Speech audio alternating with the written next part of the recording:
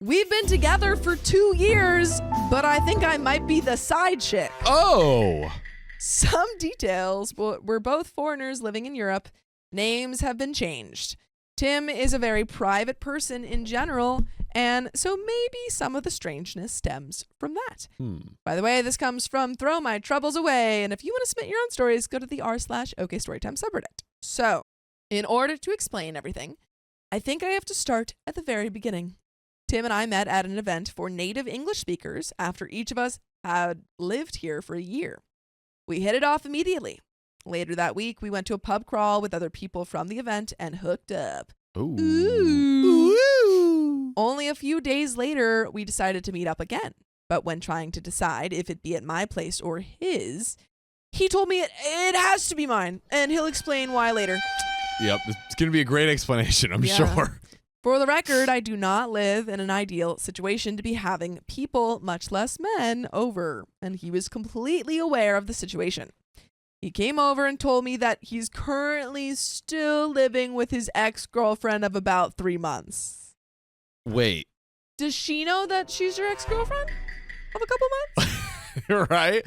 Also, they've been broken up for 3 months, or they were in a relationship for 3 months? I believe he's saying of an ex-girlfriend that has been broken up with for 3 months. For 3 months. That's my understanding. I see. Oh, my goodness. He had his own room and everything, but because he had prepaid for 6 months of rent to lend her some money, he was staying there.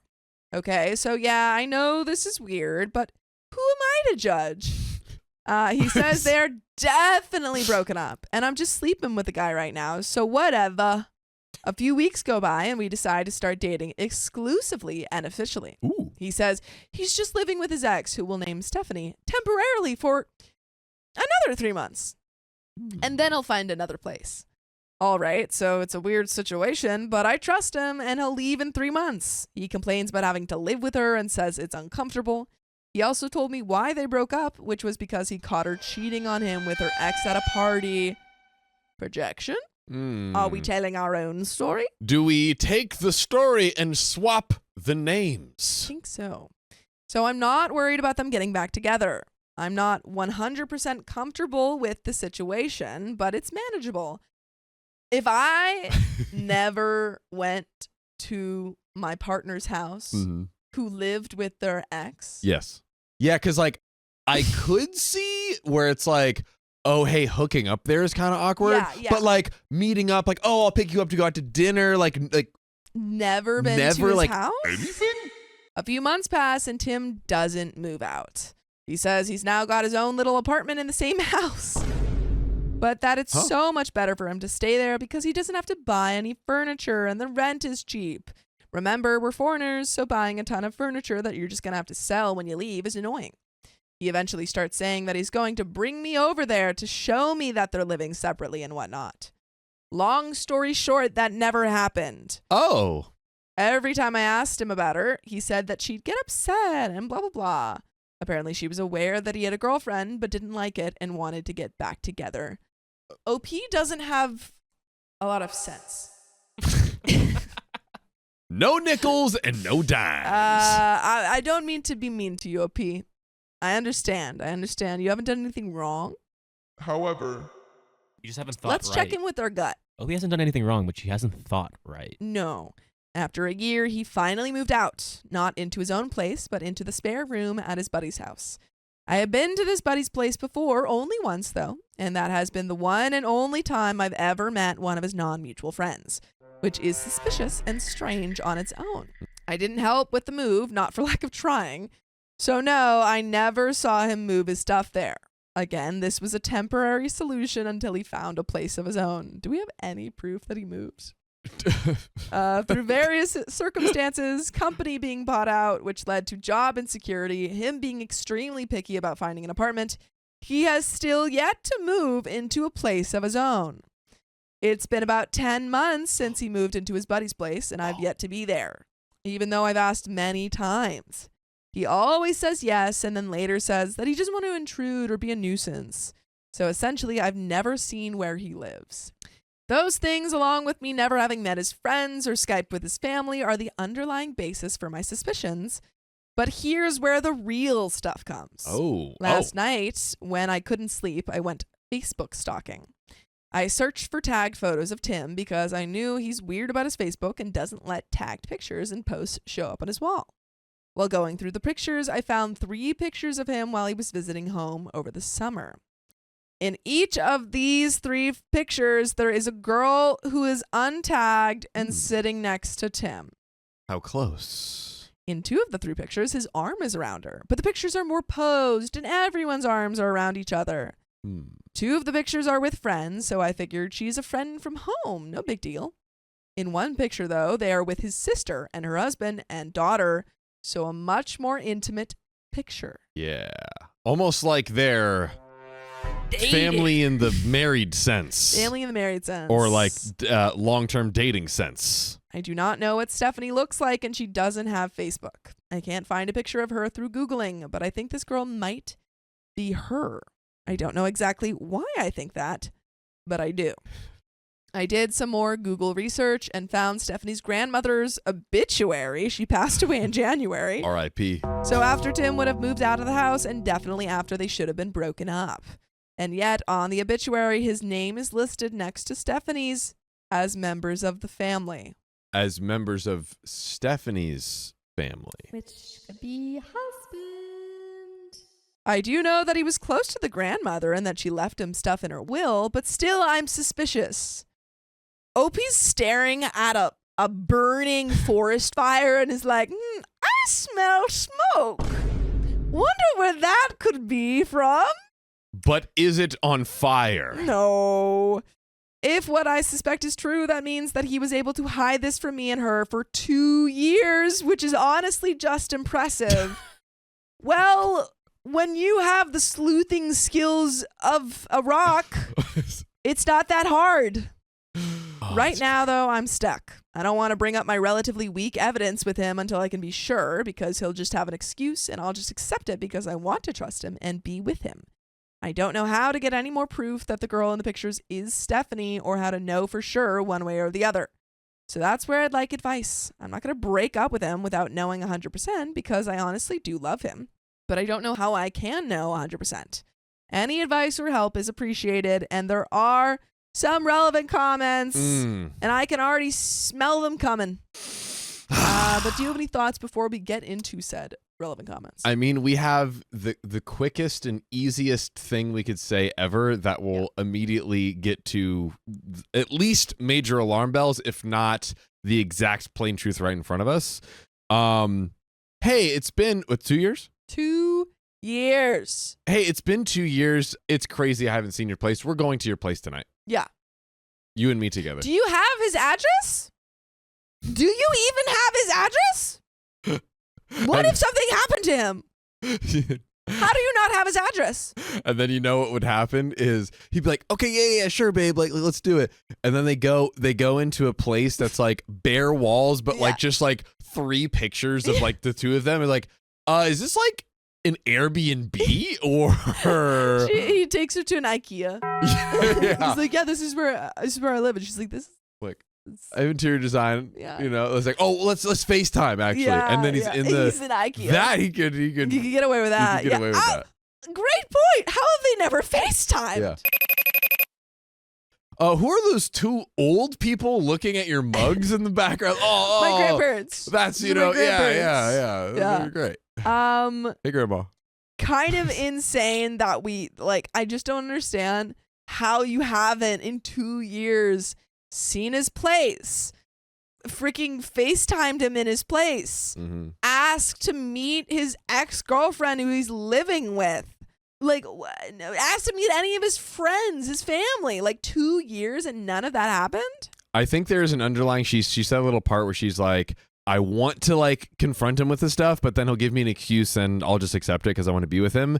It's where it's like you so non-confrontational that you're like, I don't want to bring it up if he gives me any pushback. So it's like, hey guys, we deserve things like, hey, are you cheating on me for 2 years or not because of all of said evidence and suspicions? These are questions that we are entitled to ask. Yes.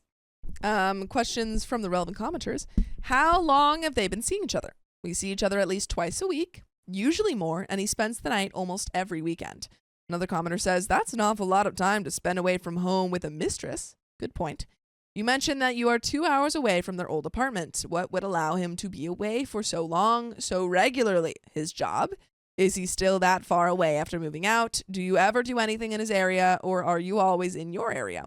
There's a lot of suggestive hooks for Reddit to latch onto here, but there's not a ton of meat within your post to come to an absolute conclusion.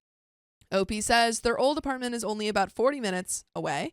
However, because I don't have a car, I'd have to get there using public transport. And because it's in the middle of nowhere, it'd take me about 2 hours to get there. Go on a weekend. I don't care. Go. Mission. Find this place. You could go, I don't know, maybe there's like a nice restaurant up there. Yeah, so get him like a little gift or something and be like, hey. Well, I don't think he's said he's not there anymore. This is the old apartment. Right. So yeah, she doesn't even, he's at his buddy's place right now. Is that? Yeah. Right. So he says. Right. The new apartment is only a 20-minute drive and much closer to where he works. He does not travel for work that often, and when he does, it's usually only for a night or two during the week. We mostly stick to doing things around where I am because I live near to the city where there are actually things to do. Plus, like I said, getting around where his friends are is an annoyance with public transportation, and drinking and driving is definite no-go. Does he cancel plans a lot? Yes. He cancels or comes late quite often. I don't know exactly where the new apartment is. I know the village it's in, but not the address. As I said before, I've never really met any of his friends except for one of them one time.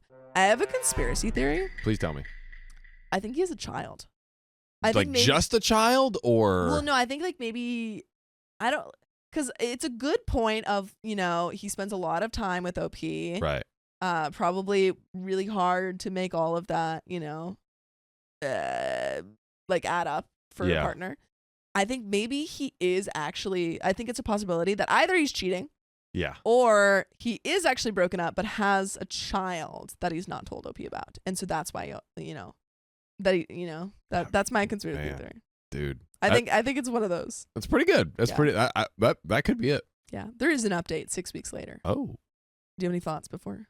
Or conspiracy theories of your own? I have none. Okay. Let's dive right in. All right. 6 weeks later. So it's been a while. The story was developing and I didn't want to update without knowing anything for sure. I never expected my post to get so many comments, and minus the few comments and PMs about being a sleut. No. What? He's in like a 2-year committed relationship. Yeah. I really appreciate all the input everyone had, and I read every single comment and message. So first off, thanks to everyone. As many people suggested I do, I started with a conversation with Tim. Nice. Where I made very, very clear how much the whole situation bothered me and why it was an issue for me. I tried to show him things from my perspective and tried to make him understand why I was so upset. He said he understood and apologized profusely. He cried and I cried. He said it was never his intention to hurt me and that he hadn't realized this had been such a large issue for me and that he had been selfish about it. He said it was all going to change and that I would meet his friends and see where he's staying and get to Skype with his family.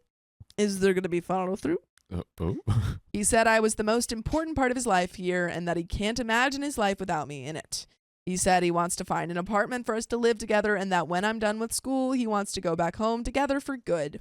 He also told me that the girl in the pictures was an old family friend and that he was in the obituary because he's still close with the family and they still wish I was a part of the family. I decided to wait and see if he actually held up his end of things this time, and so we made up and all was well. What I didn't mention is that during my snooping phase before this conversation, I found the phone number to the landline where Stephanie lives and decided to give it a call asking for Tim. Stephanie's dad answered, and when I asked for Tim, he told me to call his cell phone because this was the landline, so not exactly helpful. Before you guys freak out about the dad thing, the house is like a duplex where their parents have their own app and Stephanie has her own app. This is not uncommon in small villages here. A couple days after Tim and I talked, he texted me asking if I had called Stephanie's home asking for him. I decided not to lie and admitted it.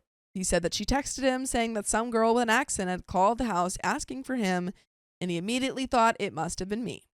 Like, you're really not covering your tracks, OP. Yeah. If we're going to snoop, do better. Yeah. But you shouldn't be snooping. You should be, confronting Talking. her. You should be talking. Yeah. I explained that I did it because I felt desperate for answers and just wanted to know what was going on. I also told him that it was inconclusive. He got very upset and said I had betrayed his trust and that I was acting like an insane person. He isn't exactly wrong about that part.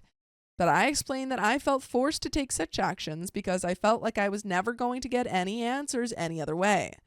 I apologized for the invasion of privacy and for bothering Stephanie and her family.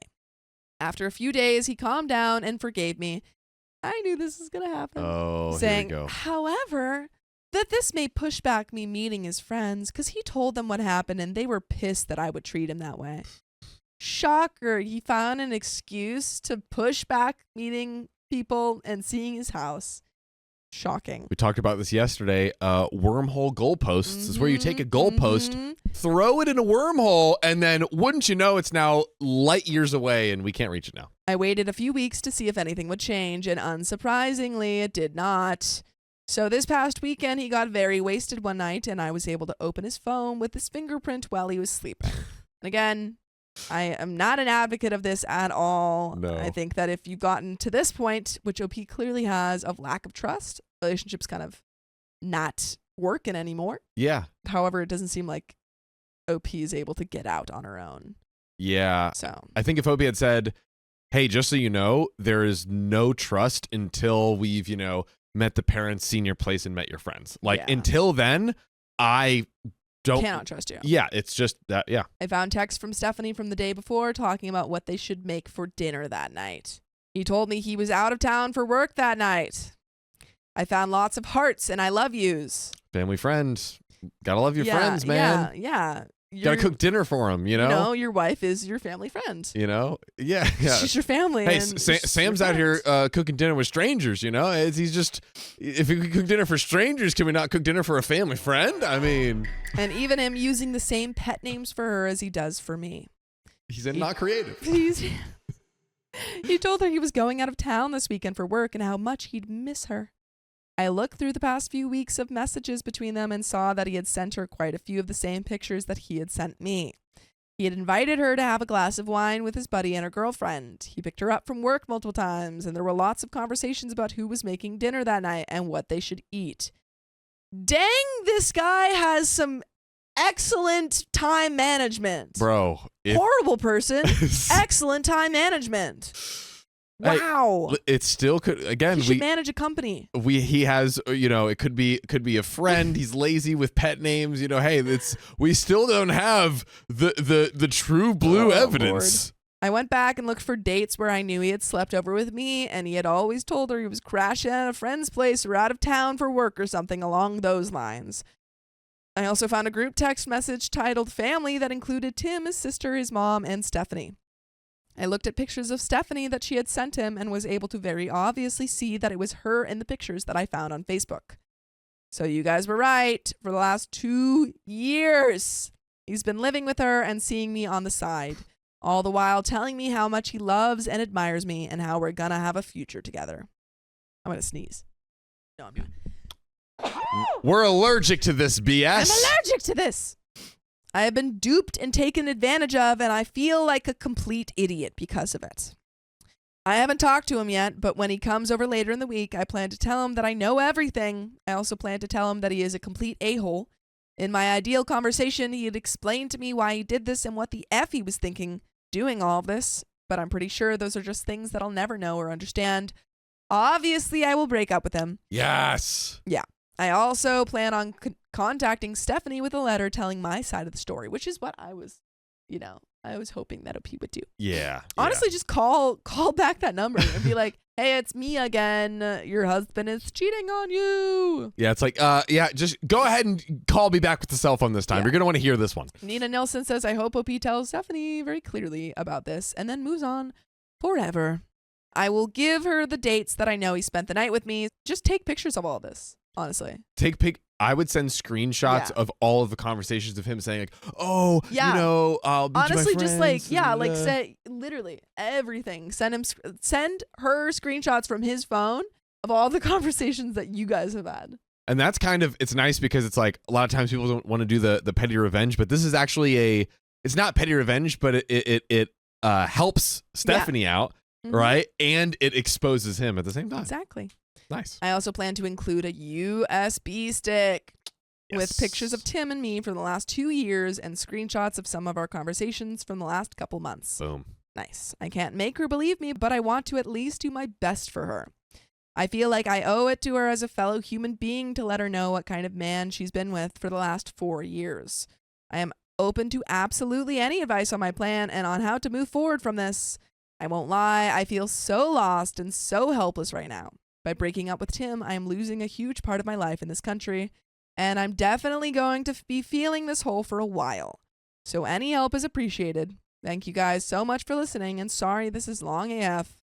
I got carried away, and there is a second update, folks. Oh. But do you have any thoughts, John? I'm glad that we finally got to the obvious truth. The very obvious truth, yes. And that we are now moving on from Agreed. here. I do hope in this update that we get to see Tim crumble. And I'm curious. I'm just dying of curiosity to see what the fallout is going to be. Oh, me too. And very quick, okay, story time. I have like a loose friend who was seeing this guy, and turns out that he had a wife of 5 years. And yeah. The So that thing was is, crazy. there are signs. There are ways to tell.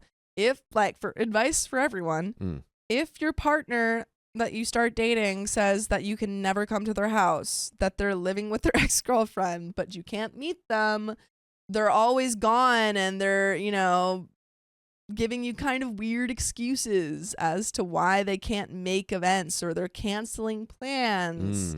You never meet their friends. You never meet their family, when the time, like a normal time to meet family comes around.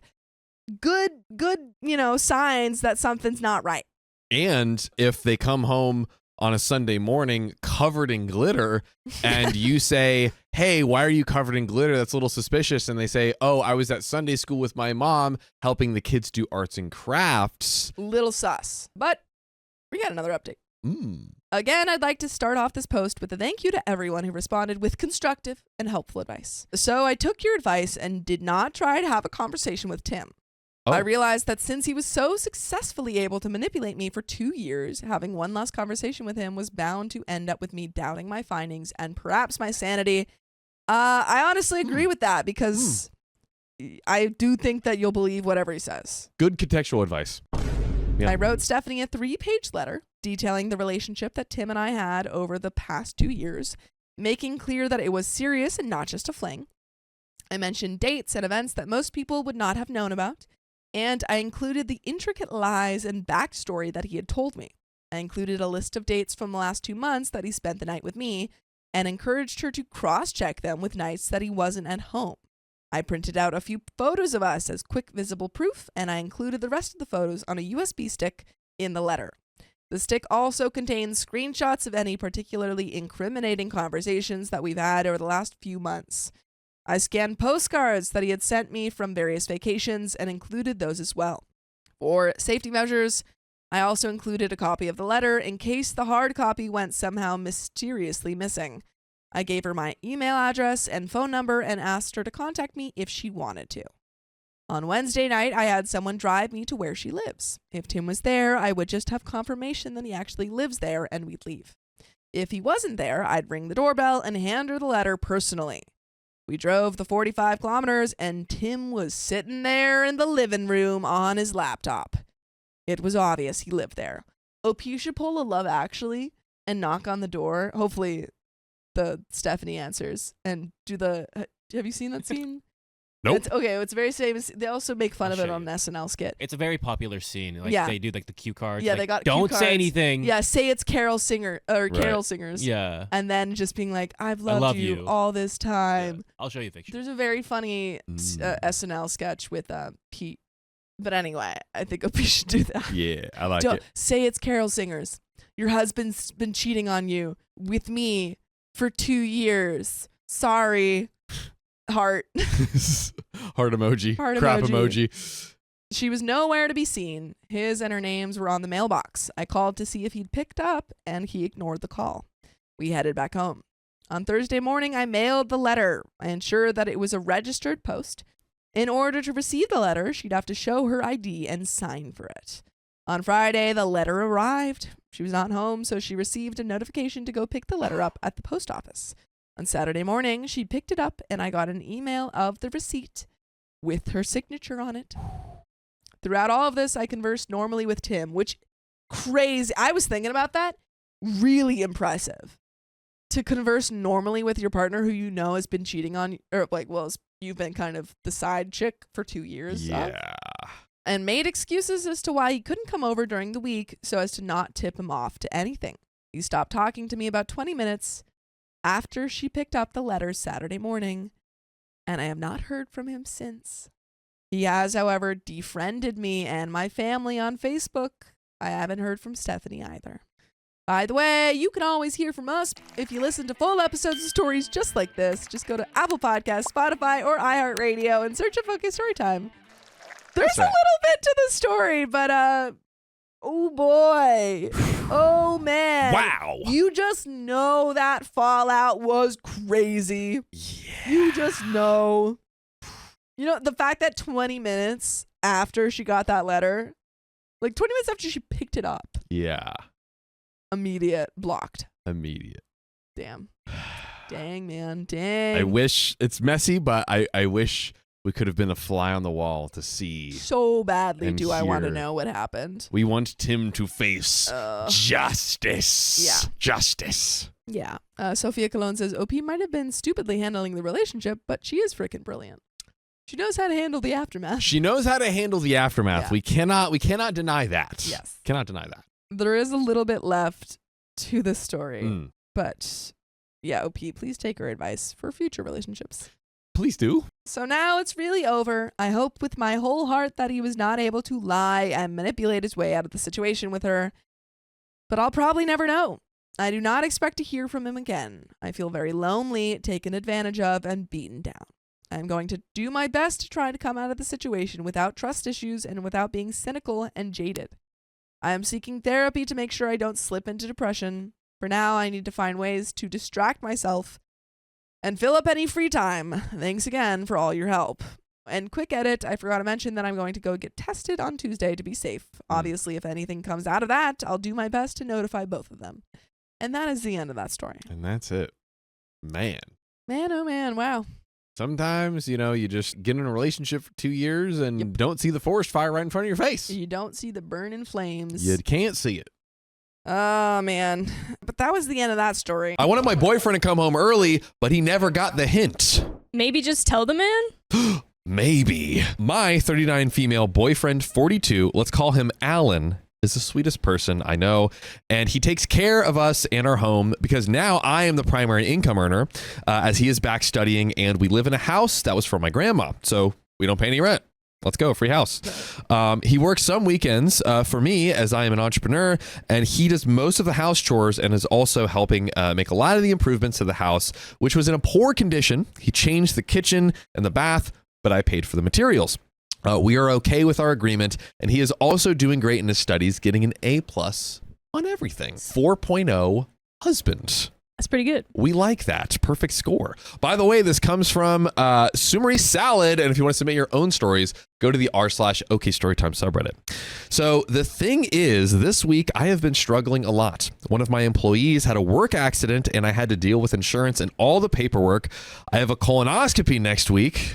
Oh, man. Because I have blood on my doo-doo. That's not fun. And some other minor stuff like leaving my car keys inside my car without spare keys. It That's happens. a rough week. That's a tough week, Carly. On top of all of this, yesterday I left him at school and went to see my great aunt who had some kind of dementia, and my mom who told me she was very sick, refusing to eat, incapable of speaking. I went there and she was very bad, and their children, a little older than me, around mid-40s, were told to sedate her because she was passing away. Oh man. Wow. This is just getting crazier. So I spent the afternoon with them at the clinic waiting for the doctors to proceed and trying to be supportive and all that. The thing is, I came back home and Alan, who had his last exam, had gone with his classmate to celebrate. He had been with them for like 4 hours since 5:30 p.m. I called him at 9:30 p.m. as soon as I came home, and I told him I was sad and tired and I was going to do a little paperwork and sleep.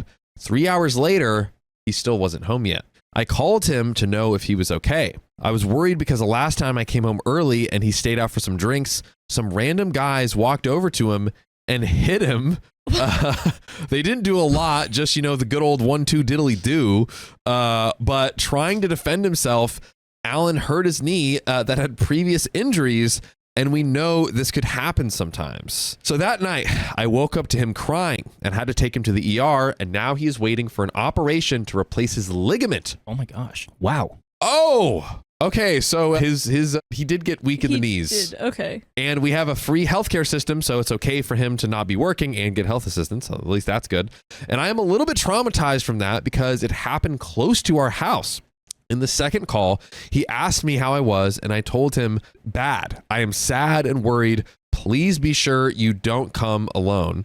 It was around midnight.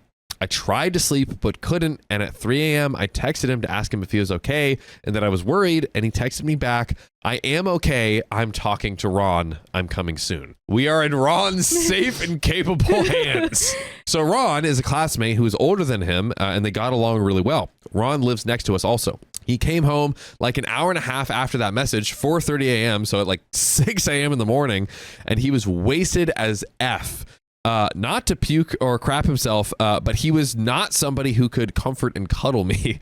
I was sad because I felt I needed my partner, and the partner that I needed was not there. Even one of my first calls, I warned him, if you are wasted, try to get some air before coming home, because I was not in the mood to deal with somebody's wastedness. So after he came home, I was sad, and I told him I was expecting him to come home early, and that as much as I get he was finishing his finals and wants to celebrate, I feel was being clear enough about not being well if it was the opposite scenario, aka him doing what he did, and I couldn't have handled drinking with my friends knowing he was alone and sat at home.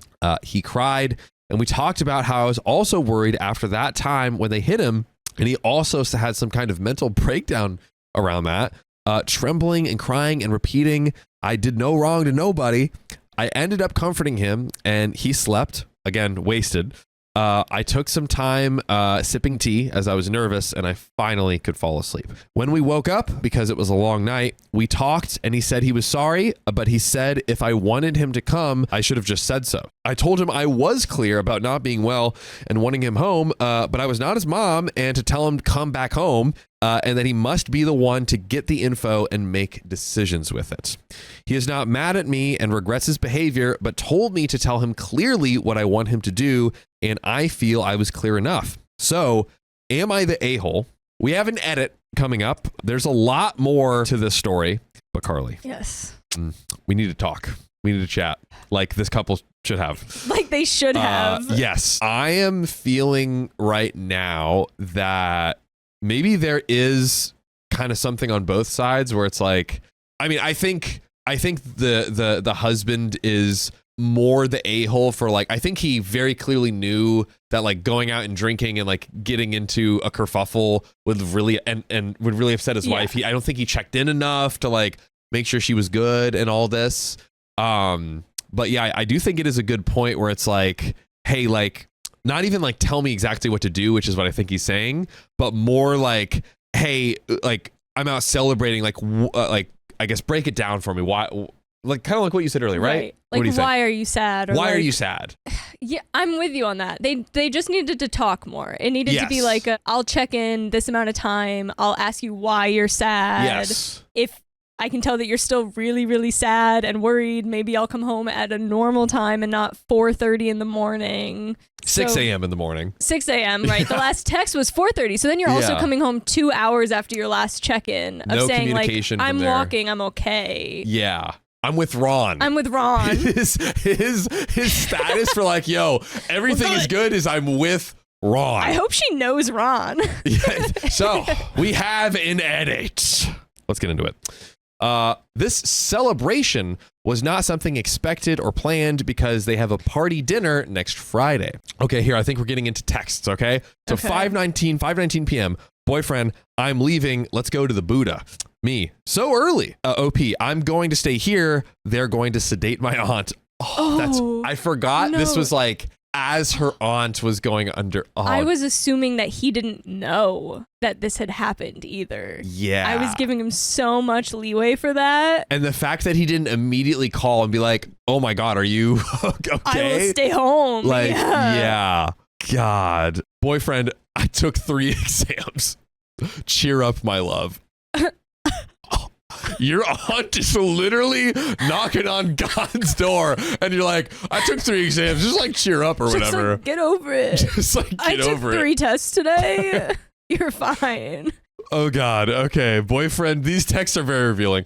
OP. In an hour and 30. Boyfriend. Yes. Emoji. They're sedating my aunt in an hour or so. I'll see you at home directly. Boyfriend says, okay. How has your family been? And then following up a little later, we're still here. God, he's like, yo, just like double tapping this. Did you get this? It's like, dude, my aunt is. What do you want from me, dog? What do you mean? Bro, Opie says, hello. Yes, everyone is here except my father, not even my grandmother. They sedated her, but it doesn't look like she's going to pass away today. Whew. Boyfriend, dang, what a mess. Oh. End it right now. Okay. Boyfriend, we're here. Location link. The kids from class have come. Opie says, I'm home now. If he doesn't answer, I'll call him. Told him I'm not well and sad. Opie says, my love, how are you? Is everything okay? As he doesn't answer, I call him again. I told him I'm not well and to be back home with someone. This is much later. Hi, I'm worried about you. I hope you don't take too long to come home. Boyfriend, I'm going. I was chatting with Ron. Opie says, He's so mad. okay. And we have some relevant comments. So comment number 1 says, I mean, I feel for you and Def you went through a lot, but it kind of sounds like you expected him to read between the lines. Yes, he's your partner and should be supportive, but if you wanted him home, why not just say, can you please come home now? He's not a mind reader. Also, he shouldn't have gotten wasted, but at the same time, you two need to work on clear communication. I'll just say really quick to that, like, could OP have been clear? Yes. But like, I think boyfriend is dropping the ball in so many areas, and it's just like feels pretty evident from the text that he, at least in this situation, he's not caring to like check in or like is like empathetic to what she's going through. And yeah. Opie says, hi, thanks for your point of view. My last message was, hi, I'm worried about you. I hope you don't take too long to come home. That was the one he answered saying he's talking to Ron, etc. He came home more than an hour and a half later. I don't know how to be clear without being bossy, and I don't want him to be quote unquote following instructions, but deciding what to do. They replied, that is not communicating with him to come home because you are feeling emotionally vulnerable.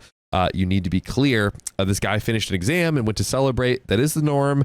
What you've experienced is highly emotionally exhausting. It's on you to communicate how crap your day has gone, and it sounds like you haven't. Again, They said it right there, though. She just went through a highly emotionally exhausting day, and you're Yeah. telling her that she needs to do better. yeah, I think like yes, can she improve? Like we can all improve Yeah. our communication, right?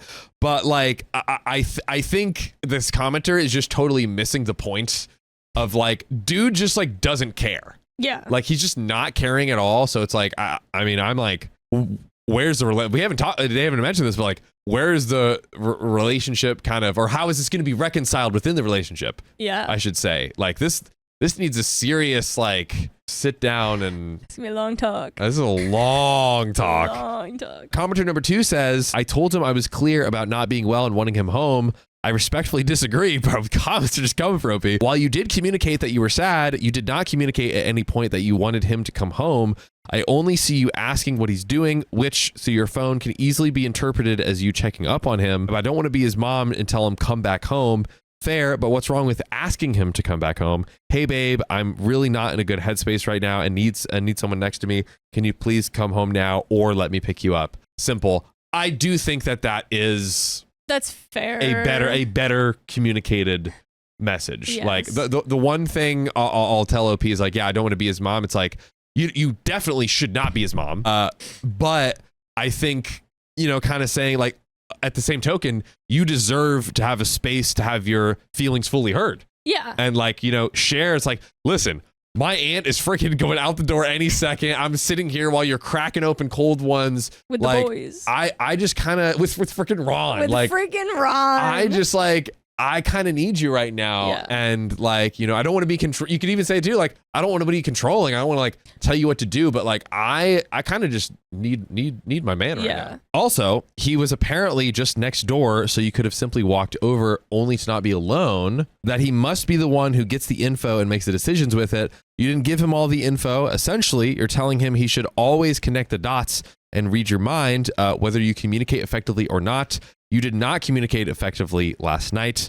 Maybe in person, your expectations would have been more clear, but over the phone, it's not as obvious as you may think. It's hard to call you an a-hole, as I can tell you have a lot going on and we're not in a good place. But unfortunately, you're the closest person to an a-hole in this story. Commenter! No!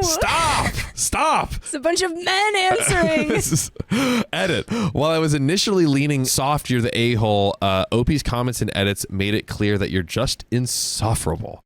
OP responds. He was like 45 minutes in a walk far away. It's Ron that lives near, so they could walk home with someone, not alone. I told him by message, I hope you don't take too long to come home, and he took more than an hour and a half to come home. I'll try to be clear next time, but I wasn't sure how to deal with it, which again, I will cut OP some slack. Like she is saying, she is trying, she is saying something. She is in a just had a horrible week. Horrible. So yeah, it's not, I don't think we should be bringing down the hammer this hard on OP. My primary desire was to sleep and let him party as long as he wanted. But when I was unable to sleep, I started asking for him to come home. Reply, you did not ask him to come home. Generally wondering, are you reading these responses? Because you seem to be doing a lot of over explaining without actually absorbing what we're saying. And there is an update. Well, after my post, the general opinion was that I was the a-hole. So I took accountability about my poor communication and bad timing, and I apologized to him yesterday, especially for making him cry when he came back home because it was not a good time for talking about anything important, and promising to be clear next time. He told me that I had nothing to apologize for, that he is the one who's sorry for extending his afternoon without expressing his intention of doing so, and that if I need him, I just have to ask for it. Okay. He told me he wasn't expecting to drink so much, that he was going to go with Ron as usual, but then he and the younger people joined them and started to ask for shots and liquor, and they just did the same and lost track of time. They didn't plan to do it because they have their dinner party scheduled next Friday, but it was something that just happened. Ron called him today to see how Alan was, asking him at what time did they arrive home, as Ron didn't remember. Ron is in his early 60s. What? Bro, Ron is out here just getting after it. Golly. And was destroyed after all that booze and handling a very bad hangover. Despite many of you suggest they are not in college, he is in something called FP, which I think is known as vocational education in English. Okay. He is learning construction, making walls, concrete roofs, but they also have a lot to study. AutoCAD, the software, laws about safety, management and budgeting, materials, and he is the best in his class. He started that because he wants to build a house or to renovate a country house as he wants to leave the town. When I met him, he was living at a village 30 minutes by car away from our town, small town anyways, less than 500,000 people, renting a house with a garden and a chicken. And we spent the lockdown there. But after that, his landlord reclaimed it for his son and did not renovate. So he came back to my place to be able to save for that future house that he wants to be ours. Okay, nice. His plan is not looking for a job in construction, but sometimes he talks about maybe starting his own construction business. He says he never wants to go back to a usual job or having a job schedule. I encourage any plan he has and offered my help with all the legal aspects of opening and maintaining a business. So now we're like, I love how we just like jumped. Like we just went from like, Ron was like 60 out here pounding him back. Like I might start a business with Ron. Like he might build us like our forever home cottage. Like And I'm so here for it. in the woods. Like, dude, Ron, what an enigma Ron is. I don't think that it's a secret boyfriend. Ooh, I don't know. I mean, But I would love it if it was. listen, Ron, like low key, are they a better match? Like Ron's. He's communicating with Ron. It's hard to hate on Ron right now. He seems kind of great. I love Ron. I love Ron. I also encouraged him to try the adult classes to go to college before he started studying because he tried many years ago but wasn't able to finish it due to his work schedule. But he told me he preferred to learn practical skills and is no longer interested in university. Why or how he works for me? I am an event planner and a performer. Sometimes I perform in events, others plans or vice versa. When we first met, he started coming to see me perform in public events, not the private ones, and started helping a little bit. After a few, I told him that if he was helping, he was working and he should be paid. So he started coming on weekends, having his own job. But after a few, he told me he was not happy at his job and wanted to quit and work more on this sound engineering and performing also. I told him that I was thrilled, but this was a hard job and you always work as others enjoy and forget about the weekends and to think twice about it. He then quit in 2019 and started working for/with me. I also introduced him to some partners and he also works for other people sometimes, but we mainly work together on the field because all the paperwork is mine and I don't care because it's easy for me. Working with him is something that I love because he makes everything easier and funnier. The accident of one of my workers also was an aerial accident. Oh no. One of the girls didn't calculate well on a drop and hit her head and neck. She said she was okay and just to leave her at home. We told her to go to the hospital, but she said it was an old crick in the neck. But the next day she had pain and less movement, so I had to learn how to deal with my insurance so she could be treated on my behalf. She could have gone to the public system and said that she had it practicing at home or something like that, but I didn't want her to lie. But it was not like somebody hurting their toe. I was worried because I have my own injuries and apophysis. Hopefully I said that right. Broke on my neck years ago, ouch, and worried about the insurance and how it will develop. She also has a muscular contracture. Luckily, just ibuprofen and heat, no cervical collar nor sick leave, but I was worried a lot. And when my boyfriend was hit, he was coming home and seems a bunch of guys thought he was another person and started going after him, hit him, and after that, he came back to where the dudes were to recover his hat. Oh my God. They hit him again and he started running, entered a kebab shop, and the kebab guys hit him also. What? Why did they hit him? Okay. What?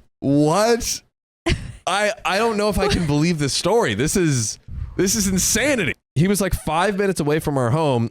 He didn't call me to go with him to recover the hat or anything. Why are we going back for that? Who cares?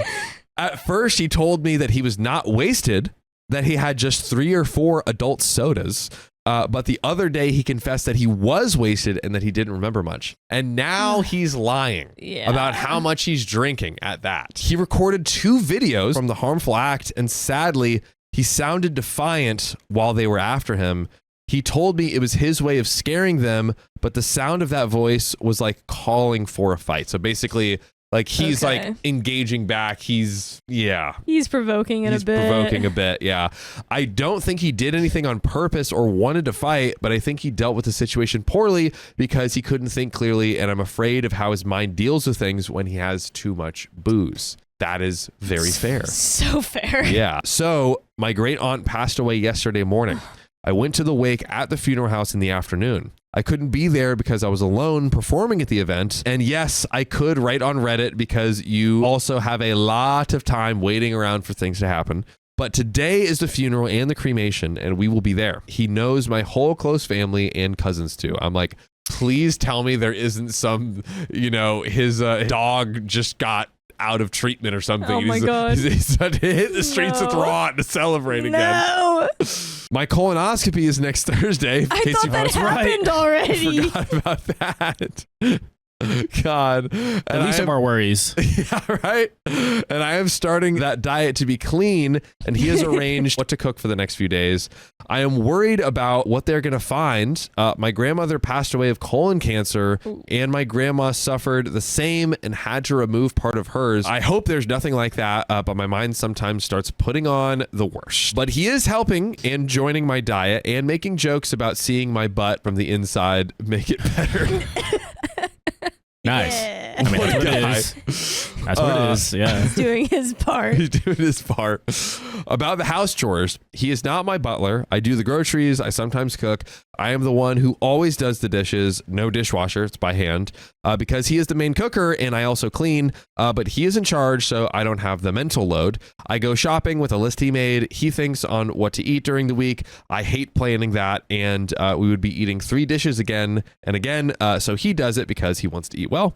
And when it comes to clean, we are both cleaning, but he is the manager and I am the helper. He tells me we need to put the laundry. Can you do it tomorrow morning? And I do it. Same with the house arranging. We changed the worktop of the kitchen and a few more things. I was there sanding and varnishing what he told me and helping measure and all that. But he is in charge of it, same as I am in charge of getting money and paying the bills for us both, and I can relieve my mind of thinking about that. Since 2021, we had a show together and now we cannot perform it, so everything lies on my solo show and planning events. It was okay because as long as he was starting his studies, his injury happened 2 months after he started studying. We were aware the rhythm of our performance and trainings will slow, but for now, it has not stopped at all. He still comes as a sound engineer when he can, and I pay him, so he does have income. When he can't come, I have other people, but I prefer him, and I pay him exactly the same I would pay anyone. I don't think he is suffocated by me or that I'm taking advantage of a poor man. I think we have a great relationship and that he has been challenged a lot, health problems, a miscarriage, being coworkers and lovers at the same time. I mean, these are also challenges you're going through. Yeah. And we are still strong and caring for one another. I expected that he could take a step forward as I was having a terrible day because it would be natural for me to drop having fun if I know he is sad and lonely. I wouldn't be having fun at all as I would be thinking about him. But we are different people that need different information and ways to talk. This is true. Sure. Also, when I studied as a master's degree last year, my way of celebrating my master's thesis was leaving on a vacation with him to show him my gratitude for being so supportive. As I was studying and working, he for sure took the main household as I was like 15 hours a day occupied working. We went to a place he wanted to visit and stayed there, seeing the places where it was filmed, some film he loves. I like the movie, but I'm not a huge fan, but I was having a lot of fun seeing him excited and taking videos and recreating the best scenes. He also told me I could have gone to that bar and be with him because if I was so worried, but I only know Ron from his class. We see each other almost every Friday and wasn't very interested in being social and meeting new people. And they have been drinking for so much longer. So I would have been in a very different mood, which I think is fair. It's fair. And I think she said that early in the text, like, I'm just not up for that tonight. Yeah. Have fun. Yeah. I want to stay at home today. Yeah. I now see him over my Sunday pancakes made by him, and I know I couldn't be luckier, but having by my side this handsome, joyful, strong man is something to be happy for and try to make him happier day by day. We still haven't communicated about like big issues, I feel like is he going to keep going out and like getting wasted? I don't know. I mean, perhaps these two incidents were the only time and they are unconnected and isolated and far apart. But I don't believe that's the case. I don't believe it. I would guess that's not the case. Oh my gosh. He is sad because one of our cats unalived and brought a small bird and the cat is still alive. Okay. It's the bird that's gone. I was like, another thing. Another one. So we got a small bird and it is not singing outside anymore. No. And he's so cute saying that this little bird was his friend. I put quotes. What is going on? What is happening? So we have Ron and Bird Friend, okay? They are very important characters in this plot. Bird's not here anymore. But he's gone too, just like Auntie. What is happening? I put quotes because he is part true, part making funny drama. It was disgusting cleaning the poor birdie, but he can make a cute thing from everything. By the way, for better, or for worse. You can listen to full episodes with stories just like this by binging our over 2,000 episode, 2,100 episode catalog, mind you, on Spotify, Apple Podcasts, iHeart, wherever you listen to your pods. Just search OK Storytime and start binging today. You get a lot.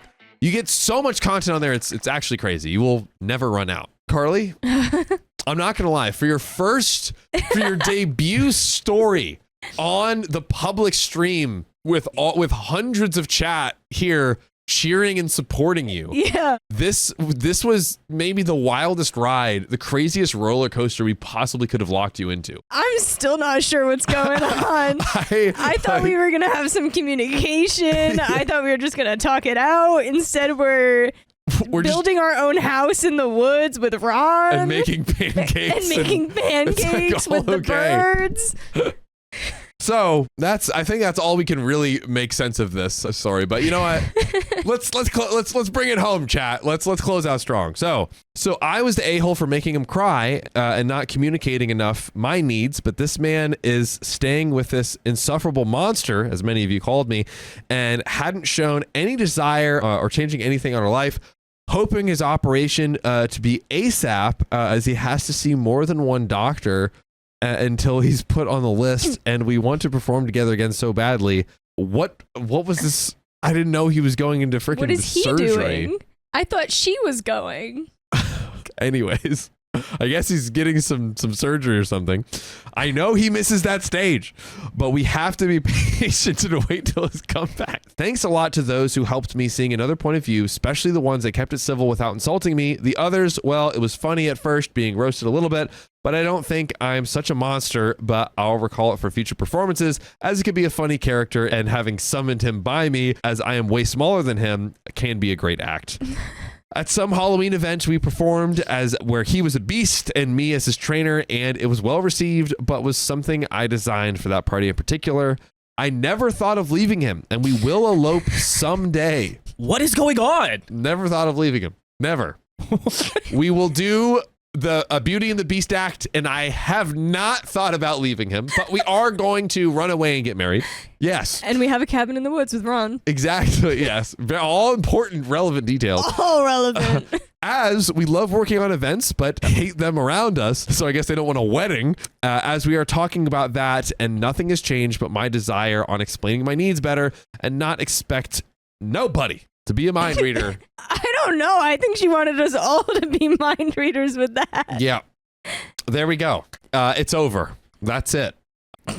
Yeah. I will say one point against OP. I could maybe see from that story that she doesn't really know how to communicate well. Yeah. I mean, maybe they just like belong together. Maybe. Like they're both just in this like fantasy world of just like, let's just like, you know, do aerobatics and chill with Ron and build a cottage and be a part-time sound engineer. Yeah. You know, like maybe that's the solution to everything. It's a dream. It's a dream. Dream team. My boyfriend's brother is uncomfortable living with us because we're not married yet. He's clutching his pearls right now. Yeah, you're living in sin? Oh, forsooth. My boyfriend and I have been together for 2 years and lived together for 1 year. We are not religious at all, and neither is his father. His mom goes to church every now and then, but she isn't strict on it. His parents are super sweet and accepting of everyone. And by the way, this comes from user This Is Kind of Funny. And if you want to submit your own stories, go to the r/OK Storytime subreddit. So we decided to move in with his parents so we can save money and finally finish school. Nick, my boyfriend's brother, calls him and tells him how much he loves us both and is happy that we're together. However, Nick and his wife, Amy, are uncomfortable with us living together at his parents' house because we aren't married. They even sat down with his parents and explained to them how they're going to be hosting dinner at their place from now on. The kids won't be able to spend the night or have dinner here anymore. They'll come over for lunch every now and then, though, and the reality is that they hardly ever invite my boyfriend's parents over. His mom told me she's only been to their house 6 times in the past 15 years. It really hurts his parents. They love the kids and they feel like they're being punished for this. The kids know that we live together, so I'm guessing that Nick and Amy just don't want them to witness it or show that they're okay with us living together. His parents have done so much for them, and to hear their own son say these words is so shocking. I feel awful for his parents. My boyfriend's mom just lost her mother weeks ago, and now they drop this on her. I just don't know. It feels effed up. We're all pretty hurt from this, and to be honest, I always felt uncomfortable around them, but tried my best to get to know them still. Now I'm going to feel even more awkward. I was raised to respect everyone and all religious views, but this is leaving a bad taste in my mouth for sure. I even feel like I want to avoid them, but this is my boyfriend's brother. We are all going to have to see each other again eventually. I just feel like we are never ever going to see eye to eye on anything because we are completely different people. I usually avoid people like this, so it sucks that I have to suck it up and just forget about it and act normal. Have you guys been in this situation? How did you guys deal with it? What are your thoughts? Anything will help. Boyfriend is 27 male. There is an update. Angie, do you have any thoughts? Maybe, like, is it the kind of thing where the brother, like, doesn't stay with them until they are married? Like, can he just kind of be annoying for a while until they eventually get married? No, oftentimes the solution is like, all right, you just got to live your life. And his mom not seeing the grandkids is not on you. It's on them. You're, like, not even involved in that situation. So, it's been about 6 months living with my boyfriend's parents, and it's been amazing. Okay. I just feel so blessed to have them in my life. Before I get into the actual update with Nick and Amy, my boyfriend's brother and his wife, I want to be honest and explain the situation with my boyfriend and I. That way you guys will have a better idea of why we're living with his parents. We never finished college. I've been working ever since I was 16 years old. I was doing really well with my so-called career working at a bank, but it was stressful and I hated it. It was not my passion at all. Every single day, I was dreading that 9 a.m. to 6 p.m. schedule. It was soul-crushing and draining. I was living with my boyfriend, paying rent and going to school part-time. My boyfriend worked with his dad's landscaping company and went to school as well. To be honest, it was just too hard. Finally, I quit my job and decided to go back to school full-time. His parents agreed that as long as we focus on school, they're willing to take care of everything. My boyfriend is now at university majoring in computer engineering, and I'm transferring in the spring for my psychology degree, then going for my teaching credentials. So this looks like it's going to be a few years before we even get the chance to move out and be independent again. We are very, very blessed that we have the chance to finish school and not worry about bills. We are so effing lucky. Well, thank God, at least OP knows. Yeah. I read a lot of stories where people don't seem to understand Right. how lucky or sometimes unlucky they are. OP knows exactly where they're at. Yeah, that's good. I know that there's no way I can ever pay his parents back for this, but I know that I will try my best to make them proud and support them. So here's a little background about Amy and Nick, so you can also understand them better too. Apparently, they weren't always like this. According to my boyfriend, Nick was a very fun, goofy older brother. He was more laid back and carefree, and Amy has always been more uptight and a little clingy. Rumors I heard from the family. Anyways, Amy changed Nick's life around for the better when they first started dating. She got him to finish school and even got him a job through her brother-in-law. So yeah, she has made a huge impact on his life. Amy is super sweet and nice in person, but there are some things that I keep hearing about her. Like, she got upset last year, which I didn't know about it at the time, that my boyfriend, his other brother James, and I put up the Christmas tree without her kids. I remember them coming late that day and we left ornaments for the kids to put on the tree. I honestly did not know she was upset. As a kid, I only cared about the ornaments. I remember that. Yeah. Would you be hurt if you were these kids that got left out? As long as there were still ornaments to put on the tree, I wouldn't care. Yeah. She had a small wedding in a different country with just the immediate family. Somehow, after returning home, she left her wedding photo album at my boyfriend's mom's house. We'll call her Julie. Amy was super upset with Julie because she let Nick's aunts and cousins see the wedding pictures. Amy felt that she should have been the one to show it to them. Amy got mad at Julie for having the same decoration picture on her kitchen wall. Julie just happened to buy the exact same one by coincidence. Amy likes to feel like a special snowflake, doesn't she? Yeah. My boyfriend's dad went to help out with the landscaping of their new house. Apparently, Nick's cousin, who was also helping, used the upstairs bathroom because the downstairs bathroom was out of service. Amy was pissed because she wasn't home and people shouldn't be walking around in the house without her there. Yeah, people like your actual husband's family. Cool. Yeah. She got upset when my boyfriend and his friend came over to help Nick move furniture from downstairs to their upstairs bedroom. She was upset at Nick because the bedroom was a mess and nobody should have seen it. My boyfriend said he didn't even notice anything messy. Facts. She gets mad when Nick drinks. Apparently, she gives him the crazy eye look when he has a drink in his hand. This one is new. Apparently, she doesn't invite the family over because she doesn't want them to feel uncomfortable. Their house is huge and nice. She doesn't want them to think she has a lot of money. She makes little sarcastic remarks here and there when my boyfriend and I are holding hands or being affectionate. Wow, you guys have to hold hands just to walk inside the house? That was this woman saying? Amy needs to learn to let other people live. She's doing too much, man. Amy is a micromanager, a macro manager as well. Yeah. She needs to chill. Oh, man. She made a remark at James, the other brother, and his girlfriend when he complained his back hurt, and the girlfriend was like, oh, it's okay, and rubbed his shoulders for a second. Amy was like, hey guys, not in front of the kids. All other people around their kids have to be like sim characters and just NPCs just walking around. They can't interact at all. No touching! No touching. 5 feet of space! Yeah. No touching! No speaking. No holding hands. No walking around her house. Nothing. No affection. We're trying to teach our kids that you're not supposed to like your partner. Yeah, the kids are not allowed to learn any sort of human affection at all. We're raising lizards. Yep. So yes, these are just some of the things that I hear about her. I've witnessed the comments, but didn't think anything of it. I'm kind of oblivious that way, though. Did she mean something by it? Everyone seems to think so. There's more stories from so many different people. Also, what's strange to me is when she gets mad about something, she never actually communicates directly to Julie or to the family. She tells Nick. And then Nick is the one to call everyone and explain everything. Like, hey, this bothered Amy because X, Y, and Z. What's even more crazy is we all feel so awkward around her because of everything that has happened. However, she has this smile on her face and talks to us like nothing has ever happened. In the meantime, everyone is just boiling inside and is trying to keep the peace for the kids. Nobody dares to say anything. Also, I don't know if this matters or not, but Julie is actually Nick's stepmom. Nick and my boyfriend are half-brothers. Julie has been a part of Nick's life since he was about 6 years old. Anyways, here's the update. Uh-oh.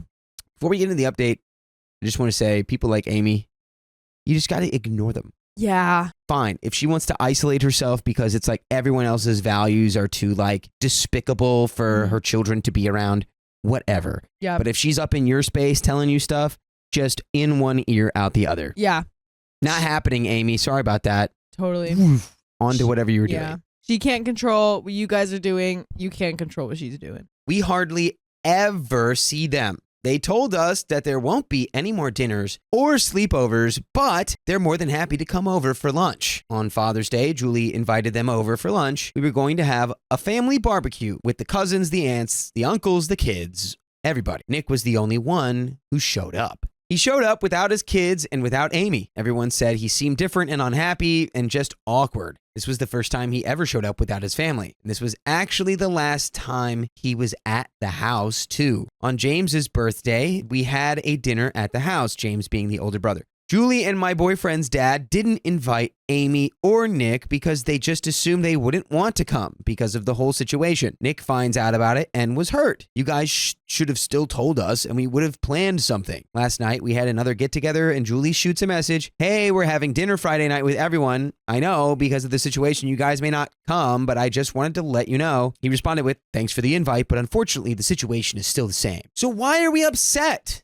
Yeah. Why are you mad you're not being told about stuff? You literally just said. Yeah. Whatever, dude. I guess you're gonna. I would try to have an intervention with Nick if I'm his family. If I'm related to him directly. I know OP's just a girlfriend in this context. Right. So not a whole lot of weight. Dude, just be like, Nick, your girlfriend is isolating you and your family from the rest of us. Yeah. For no good reason. Yeah. And clearly Nick doesn't actually agree with her because he's showing up without her. You know? Right. Absurd. Let's keep going. So, yeah, that's pretty much the update. Julie's super hurt because she barely sees the kids. This year, it's actually Julie's turn to host Christmas. Not sure how that will go down. They're still keeping the kids away because I'm living with my boyfriend and that makes us the worst examples of all time in their eyes. I forgot to mention that a lot of the family thinks this might be an excuse to keep the kids away. Perhaps she wanted this all along, not for religious reasons, but because, I don't know, she's crazy. Some were saying how she was the only daughter-in-law for many years, and here comes me and James, his new girlfriend. She has known the family over 20 years, but I think she always kept her distance for some reason or kept her guard up. Absolutely absurd detail that she's known these people for 20 years, and she has to have Nick be the communication channel between her and everyone else. Yeah, and do we remember how old the kids are again? They're pretty young, right? I don't think we even got told. It might be in the title. Okay. I'm not sure, but Yeah. clearly they're young kids. They're grandkids. They're young, impressionable kids who That's we don't want to crazy. teach you to live with your girlfriend. It's so strange, though, because the family is so awesome. James's girlfriend and I click so well with them. I attend all of the family gatherings and even went camping with them this year. And by the way, you can camp out and listen to full episodes with stories just like this. If you go to Spotify or Apple Podcasts or iHeartRadio or wherever you listen to podcasts and search OK Storytime, you'll find the entire archive and you can look through it to your heart's content. Oh, yeah. We have a little bit more story left. Honestly, let's just dive right into it. Let's just do it. Okay. I guess I don't really need advice. Great. Well, I'm glad we didn't take any time thinking of any right there. Right? It's awkward seeing Nick and Amy, but I just keep my distance. It's definitely hard to be around people who are so judgmental, but whatever. I barely see them anyway. To be honest, I just feel bad for their parents. They were so attached to the kids, and the kids are always asking to come over and asking why they can't. They always mention how they don't understand it. They say it every single time they see Julie. They end up crying too every time Julie has to take them home. Wow. So yeah, what are your thoughts on the situation? I mean, there's nothing we can really do except to just let it be. I would love to hear what you guys think, though. I think Amy is going to be confused when her kids get older and don't want anything to do with her. I agree. Why won't my kids talk to me? This is going to have some backlash in the teenage years for Yeah. sure. You manage every aspect of their lives as a child. Yep. Don't be surprised when they're like, please leave me alone. Yep. Anyway. Also, they are Catholic. My boyfriend and I don't even believe in God. If I had to choose anything, it would probably be Buddhism. So, yeah, definitely different backgrounds. And that is the end of that story. My boyfriend mocks my financial status, but he said it's only a joke. It's just a joke, babe. It's just a joke, brokey. My boyfriend and I have been dating for about 9 months. We've known each other almost 2 years, and things have been okay. There are a few hiccups here and there, but we've mostly worked those out. Things are just okay. It's great. I don't Always know if great to things be in are an okay okay. relationship. Right. My boyfriend works in an office and makes pretty good money, enough that both of us could live on it, as he's always telling me, unprompted. I, however, am on disability and have been ever since I turned 19. I've had little part-time jobs here and there, but nothing too high paying or anything, as I would lose my disability. By the way, this comes from user Just Another Throwaway, and if you want to submit your own stories, go to the r/OKStorytime subreddit. So, we never spoke much about how much either of us made or where our income came from until 3 months ago, when he started talking about moving in together. A reason I don't date much is because I'm always ashamed to tell people where my income comes from, as my disability isn't exactly something you can tell from just looking at me. By the way, I've never asked him to pay anything for me. We've often gotten coffee when we go out, or one of us gets a little treat for the other. I live at home right now and have told him that I'm okay with moving in, but that I wouldn't be able to contribute as much as he would be able to. That prompted the quote-unquote serious talk about income. I told him how I got my money, and he was quiet for a long time. He said he never would have guessed, and now my weird schedule made sense, and continued talking about moving in together. Since I thought everything was okay, I agree, and we started looking for places. This is where things have started getting annoying and downright hurtful. We've seen a few places since we started looking, but mostly we have just been looking at places online. We'll be looking on his laptop and see a place and start talking about what each of us wants or doesn't want. Sometimes if I disagree with something he wants or doesn't want, he'll joke and say something like, I'm not sure you should have much to say about XYZ as you won't be paying as much as I will. Or, my money talks louder than yours and says this is what we should get or not get. Ooh, that's not a partnership. Yeah. That's not a partnership. But the part we're all missing is that then he laughs and says, Brokey. you know, I'm just joking. I care about your opinions because you'll be living there. But you're lying. That doesn't hit as much when you precede it with my money talks louder than yours actually. Yeah, that's like it's not really a joke. It's like throwing a water balloon at someone and being like, just kidding. Just kidding. You already hit me with the balloon. It's too late. I'm wet. Can you undo it? Nope. Okay. So, twice as we've been looking at places, he's joked to our potential landlord that they shouldn't ask me any questions because the only thing I'm really doing. What? I said, oh. What? Oh, that was sorry. me. I thought I heard Keon say something because I am hallucinating from how much caffeine I've had today. Okay.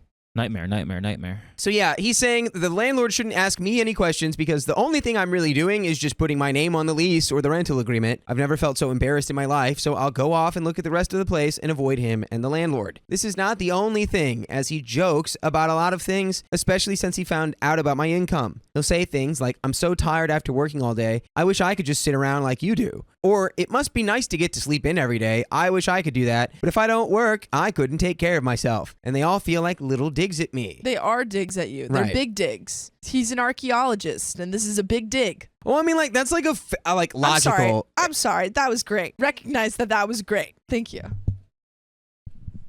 Okay, continue. That was the limpest handshake. What happened? Get in there. There we go. I do agree, though, that it's like if you're with a partner and they don't have to work and you do have to work, yeah. it is only natural for you to be like, damn, I wish I could do that. Sure. I literally can't. Sure. But it all comes down to your intent and your energy. And he's definitely disrespecting you. Yeah. Now, I've known my boyfriend for almost 2 years. He lived with his parents before we started dating, where he didn't pay rent or help with bills and didn't do anything around the house. His mother and father will go on and on and on about that if it comes up, even though he had a job. He's also not good with saving, so even though he was living rent-free at home, he did not have anything saved up. I've helped my parents with bills and helped around the house and have a very small savings, yet he keeps talking down on me as if all I do is just sit at home all day, collect a check, and don't do anything with it. Believe me, if I could work regularly like him, I would be working. It just seems like he's gotten super snobby or something since this came to light, and it's been grating on my nerves. I've spoken to him on numerous occasions about this, but all he says is that I'm taking it too seriously and making a big deal out of nothing and refuses to talk about it any further. So this is like the classic, and I was actually guilty of this in one of my previous relationships, of just being like, well, I'm just kidding. And then someone's being like, hey, but that made me feel this way. And I'd be like, but I was just kidding. It's like intention doesn't matter. It's the effect. It's like, oh, wait, your feelings are getting hurt. Okay, so I shouldn't kid around with you about that because it's clear that it's just hurting your feelings. Yeah. It is, and it's my fault. It is the comedian rule. Your audience is not at fault. You are just not delivering jokes that they like. Well, yeah, and especially if you're being a comedian in a context where no one has paid to see you in a room and you're just like hanging out, you're not a comedian. Yeah. You're just a guy No, talking like, to somebody. Even a comedian. But that still holds true. If you're doing a joke and everyone's like, you can't be like, you guys suck. It's literally the worst. I went to a show. Riley brought me to a show where the host did that and turned the entire room the crowd against hates you. everyone in the show. Yeah. Because he was like, you guys all paid to be here. You know that, right? You can laugh. And everyone was just like, who is this guy? Get him out of here. Yeah. Anyway, so I've asked if he is fine with the fact that I don't work regularly. And he says he's fine with it, and that, of course, he makes enough for both of us to live on, so it's not a problem. However, again, he'll throw in a dig and undo anything good he said. This is the reason I hate dating and relationships, because unless you've got some amazing job somewhere, people think you're just some slob or something, and it makes me feel so bad, like I don't deserve to be dating anyone. And while I've thought about leaving, I keep thinking I shouldn't leave because will I ever find another guy who's okay with my income? And before we get into this edit, I think I just need to say, you haven't found that guy. Have you talked to your partner about your disability though? Because you've said that it's not something that you can really see on the surface, but like, have you explained to your partner that it's like, hey, I'm on disability because of this thing, not just because I'm like, lazy. I want to sleep in all day. Yeah. I have a thing.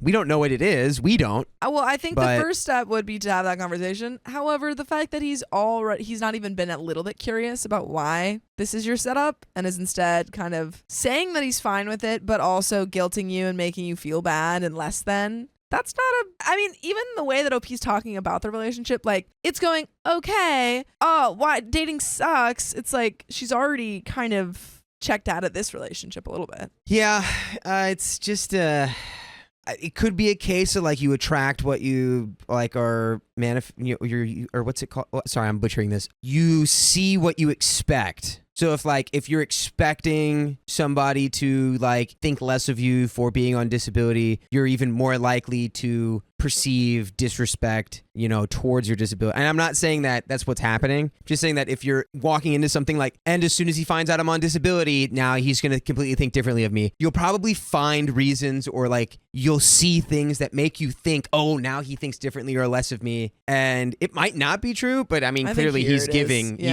in this context, in this situation, that it sounds like, the But truth, and he's trying to just play it off. I don't think that OP's like, everyone's going to do that. I don't think everyone will do that. Exactly, yeah. But let's find out more in the edit. So, thank you all for your comments, and to anyone I couldn't get back to. I've just got a lot on my mind to think about after reading all these comments, and some things have come to my attention. I think the situation is actually more serious than I thought it was. That he was just mean when it came to joking, but apparently this is a sign of verbal and emotional abuse, and I just know I don't want to be in a situation like that. I'm going to talk to him and see what he has to say and go from there. Thank you all again. Comment number 1 here, we have some comments. His joking is really showing you what he thinks of you. And if he will not stop after you have asked him, more than once even, then it says how little he respects you. At this time, I say, do not move in with him. You will regret it, because he will make those comments every time something needs to be paid, and every opinion you have will be vetoed because he pays for such and such. If you like or love him, then just tell him his actions show you that you two are not quite ready to live together, but maybe still need time to just date for a longer period. Comment 2, quoting back OP, and while I've thought about leaving, I keep thinking I shouldn't leave, because will I ever find another guy who is okay with my income? Look, I'm going to say something really, really blunt that applies, in my fairly uneducated opinion, to a lot of absolutist thinking. Even if this is the case, so what? You break up with someone and you'll be alone. Okay, shrug. Except for like any friends you've made, any family you have, and anyone you might meet. Being with someone who makes you feel degraded, who makes you feel lonely, is worse than actually being alone a lot of the time. I mean, obviously we all need social contact, but when you are alone, you can make tea. So true.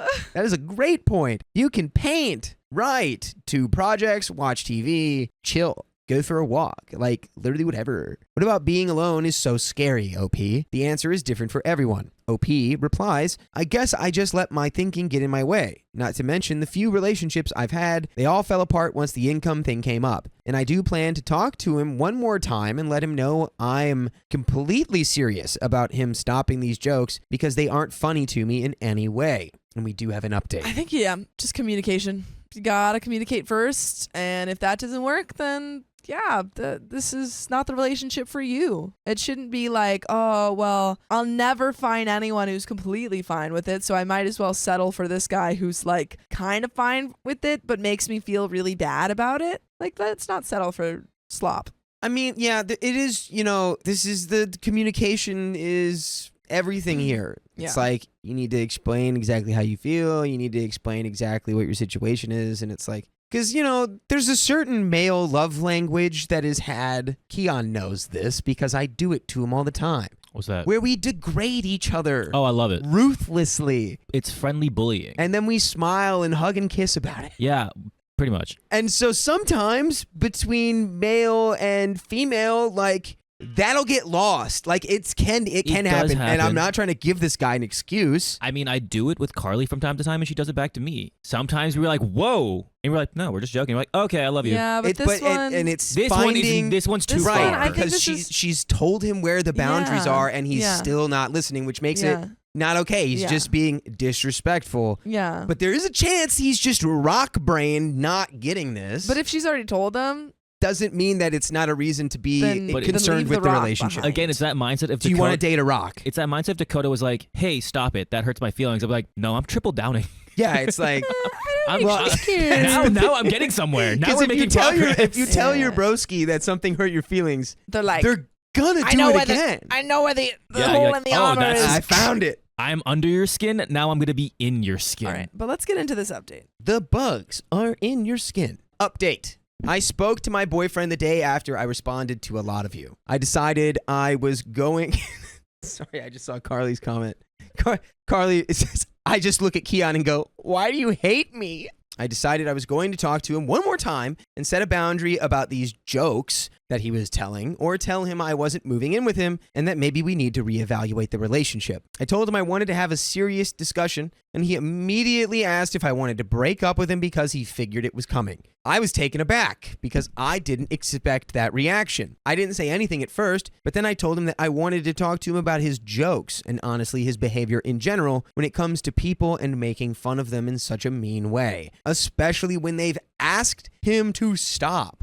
I also did a little reading on verbal abuse and abuse in general, and things were a lot more clear. So he listened to me, and then he told me that he didn't like people trying to change him, and that his last girlfriend had tried to do the same, and she couldn't accept him for who he was. He thought I would be different because I was more understanding and fun. I'll admit that is probably one of my flaws, that I try to understand everyone's position about most things and give them far too many chances. There are exceptions, but for the most part, I will try to understand someone and work with them on it. I asked him if his ex and the overweight friend were the only ones who had left him over this behavior. He told me that he'd lost a lot of friends and dating was hard because women tended to cut out pretty quickly, again in his words, because people are too sensitive and want him to change how he is. I hate this, Dang, dude.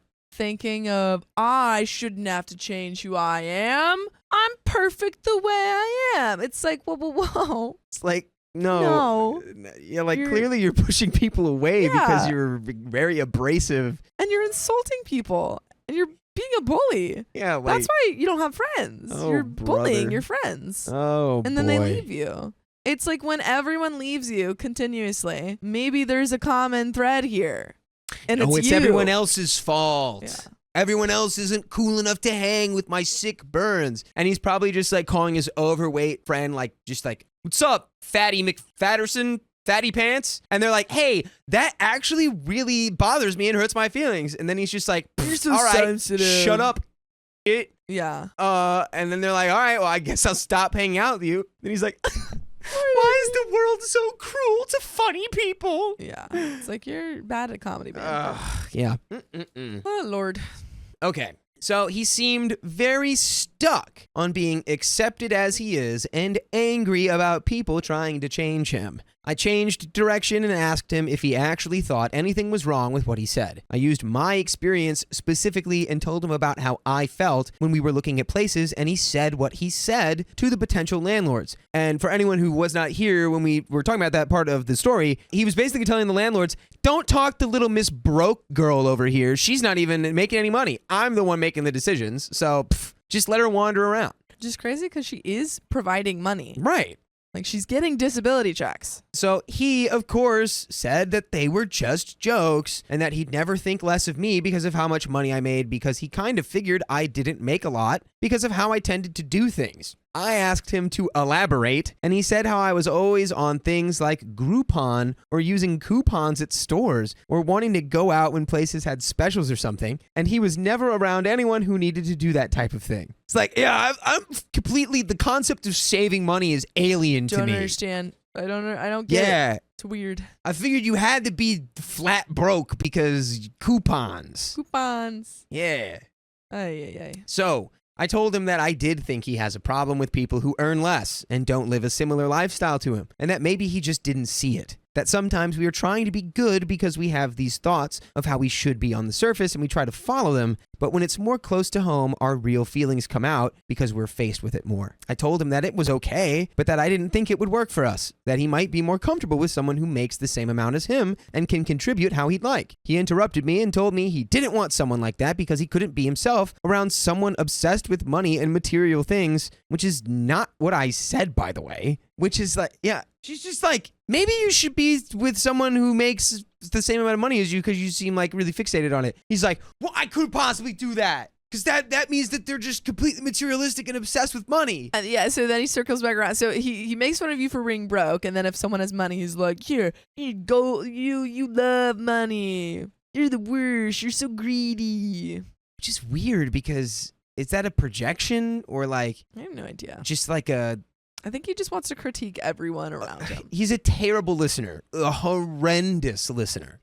So he was saying that these money-obsessed people would be too concerned with money, and he liked me because I wasn't that way. I kind of ignored that, but it kind of told me that he either doesn't want someone who has as much power in the relationship as he has, or he thinks women who want more or expect more of him are gold diggers or something, trying to take advantage of him in some way. I don't know. Anyway, I continued and even told him that if he felt they were just jokes, they were wearing on me and my self-esteem, and I couldn't live that way, regardless of his intent. I also told him that it's natural for people to not want to change when they've been a certain way for a long time. And so it seems right to us, but that change can be good, and that maybe therapy could be good at helping with that. I told him that it's wonderful to be accepted for who you are, but if who you are is, well, clownish, people are a lot less likely to accept you unless they are also clowns. Who you are sucks. Well, wait, I want to know what the actual word was because I think clown was an edit there. I don't think so. Because it's clown space S. Oh. Because I was about to say, I'm a clown. I like clowns. People tend to like that. Idiot. But Maybe it could be, yeah. idiotic. But look, this guy's not being an idiot or a clown. He's just being Idiot. rude. He's just being like, because it's, again, the comedy philosophy. There are rules of engagement for conversation Yeah. that like exist. Like you're not just like a stand-up routine walking around your life. Like when people make the social contract to go to a comedy show, they understand people might say things that hurt their feelings or disagree with. Yeah, sure. If you're standing in the front row, you might get made fun of. Social contract. Different. Just talking to your friends. Different. They're not paying any money to listen to you. Anyway, and nothing good can come from a bunch of clowns getting together because they'll be toxic to other people as well as to each other. Oh yeah, dude, when a bunch of clowns get together and start fighting, Oh, boy. they start squirting those little water flowers at each other. What is it? I think it's brutal. I was trying to do the... Yeah, but I can only think of... I was trying to think of... Anyway. And the shoes. Oh, the shoes. Those kicks are brutal.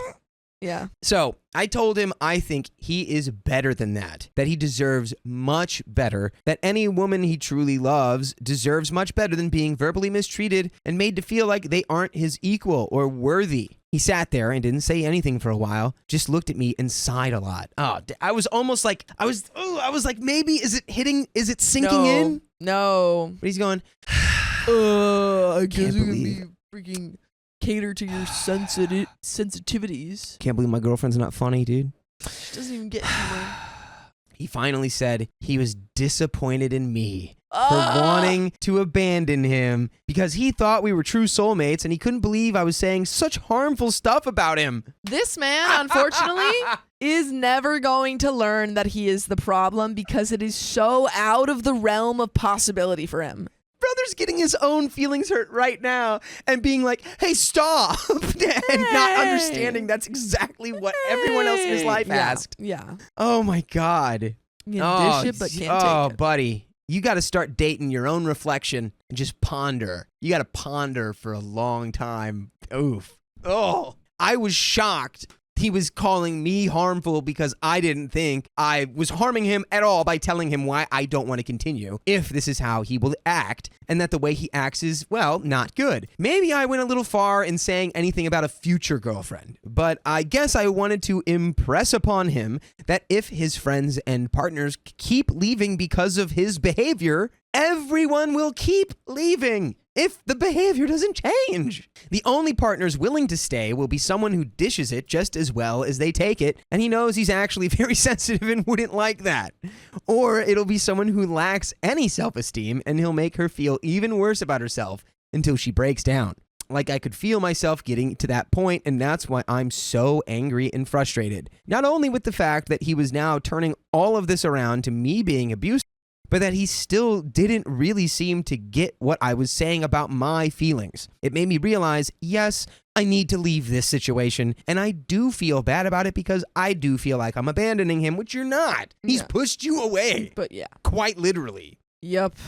At the same time, it just doesn't seem like my feelings, or anyone else's for that matter, are important to him. So why should I stay with someone who doesn't seem to get that his behavior isn't exactly such that gets people to stay in his life? I realized I probably wasn't going to get through to him, and the conversation itself had me shaking because I was upset and disappointed myself. However, looking back, I could see signs that this is who he is. Other people's feelings just don't mean a lot to him. And doing some soul searching, I realized that I stupidly thought he would change over time. But waiting on that is wearing on me, and our last conversation tells me that he doesn't see anything wrong with what he does. So it's unlikely he will ever change. He didn't seem interested in saying anything else besides that he was sorry I felt the way I did, which is like, This guy's infuriating. again, the most like, sorry hey, sorry your feelings were hurt. yeah, sorry that your feelings are making you feel that way. Not my problem. Sorry.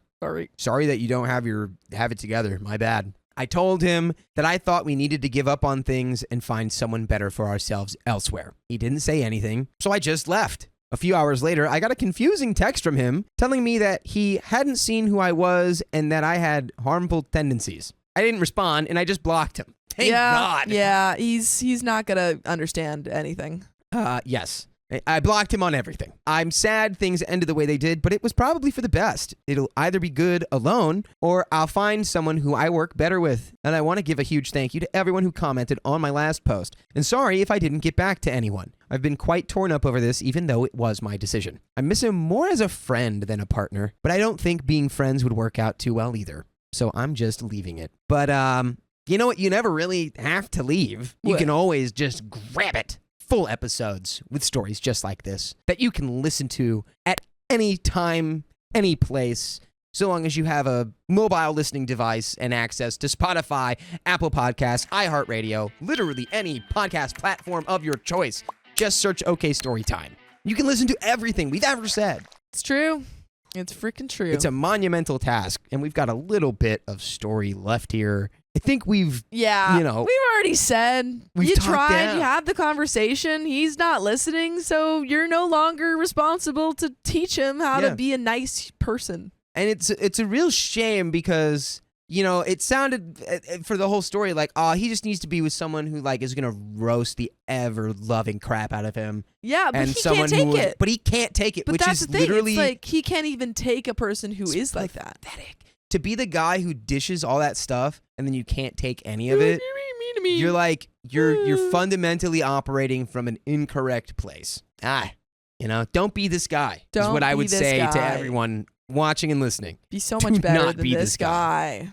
So he didn't seem interested in saying anything else besides that he was sorry I felt the way I. Wait, what? Wait, hold on.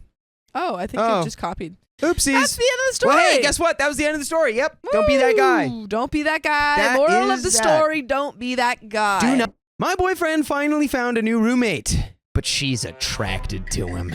No! Is she hot? Yeah, your boyfriend's too hot. Oh, bummer. My boyfriend currently has a roommate from heck that was fired due to his heavy drinking 3 months ago. He never got on unemployment and has not paid his half of the rent for 3 months. My boyfriend needs a replacement roommate ASAP because he can't afford to pay the full price of rent on his own any longer. By the way, this comes from user Throwaway, and if you want to submit your own stories, go to the r/OKStorytime subreddit. So, he asked me to move in with him several times, but that is not an option for me right now, and I don't make nearly enough to cover half of the rent anyway. All this aside, he began looking for a replacement roommate online last week, and also put the word out to his coworkers. Earlier this week, he told me that one of his coworkers' current roommates is looking for a new place to stay and is very interested in rooming with him. It's a woman his age that works at a company on the same tech campus as him. I was very relieved that he found a potential roommate so fast, and happy that it was someone presumably trustworthy and probably much cleaner than his current roommate. However, over the past few days, my instincts have been feeling like something is slightly off. My instincts. My roommate senses a tingling. My senses are sensing. My boyfriend tends to do this thing where when an attractive woman that he's around a lot, like for work or the gym, etc., seems to be interested in him, he won't tell me about it, but will act weird about her. And he'll start telling me about how he talks about me all the time to her and showed her photos of me and brags about me to her. I'd rather he just be normal and mature about it. I can always tell when he finds a woman attractive and she likes him too because he starts doing this. He's like, anyways, yeah, look at my girlfriend. Look how pretty she is. Look at this picture of my girlfriend. And look at this picture of my girlfriend. I love her, And right? this is my girlfriend And he's like, who and I'm he's- dating. This is just his warm-up. He's doing this in the mirror to Yeah, himself. he's like, okay, this is what I'm gonna tell her. And I'm gonna tell her that she's my girlfriend. When you see And Samantha, then this is they'll what you're have gonna to do. stop flirting with me. Yes. And then it's like he walks up to the girl and he's like, I love you. No, I did it in the wrong order. I love her, the one on the phone. It's accidentally a picture of her. No. Anyway, he started doing that thing about this potential roommate almost immediately. He was supposed to meet with her today after work to discuss the potential rooming situation.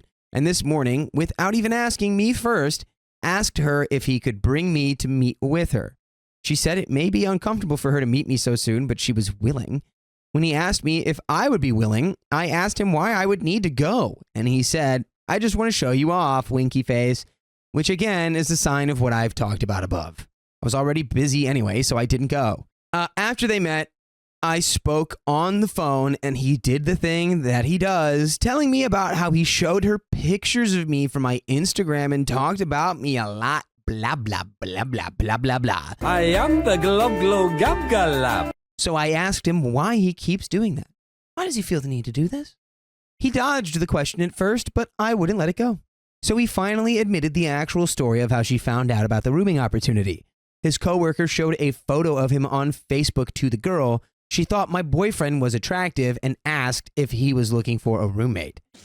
She's like, that guy's hot. Is he looking for a roommate? And he wasn't like, that's weird. Yeah, if He knew that the whole time, and he was like, yeah, she could be my roommate. I'd be like, that's so cringy. Yeah, very weird. He's cute. Is he looking for a roommate? I'm trying to speed run mistakes. Yeah. She had just broken up with her own boyfriend recently. Oof. I got upset with my boyfriend for not telling me this right off the bat.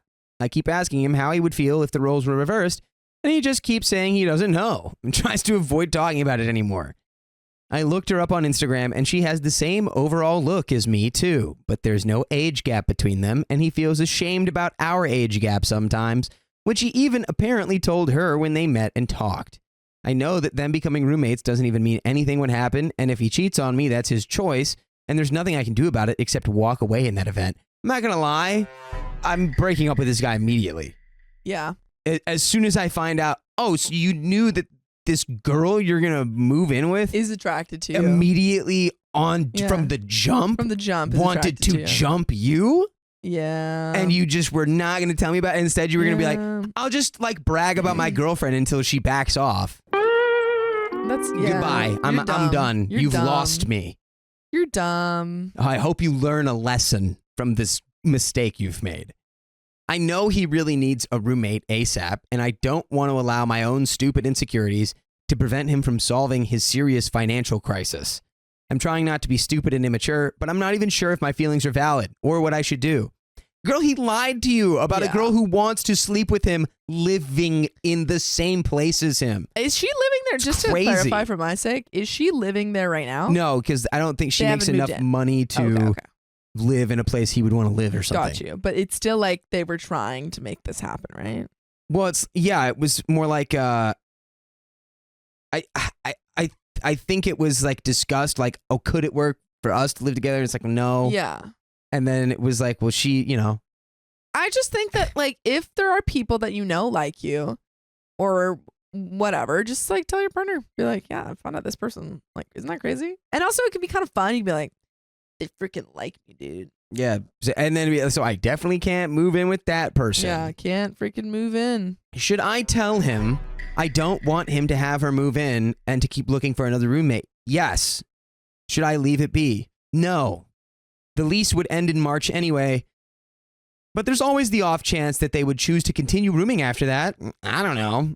I would really appreciate some advice from clearer, hopefully wiser heads. And there are comments, but before we get into them, Sophia, like, we need... I think all the things that we said, man. I mean, like, he lied to you. He didn't tell you, like, he knew about this from the get-go.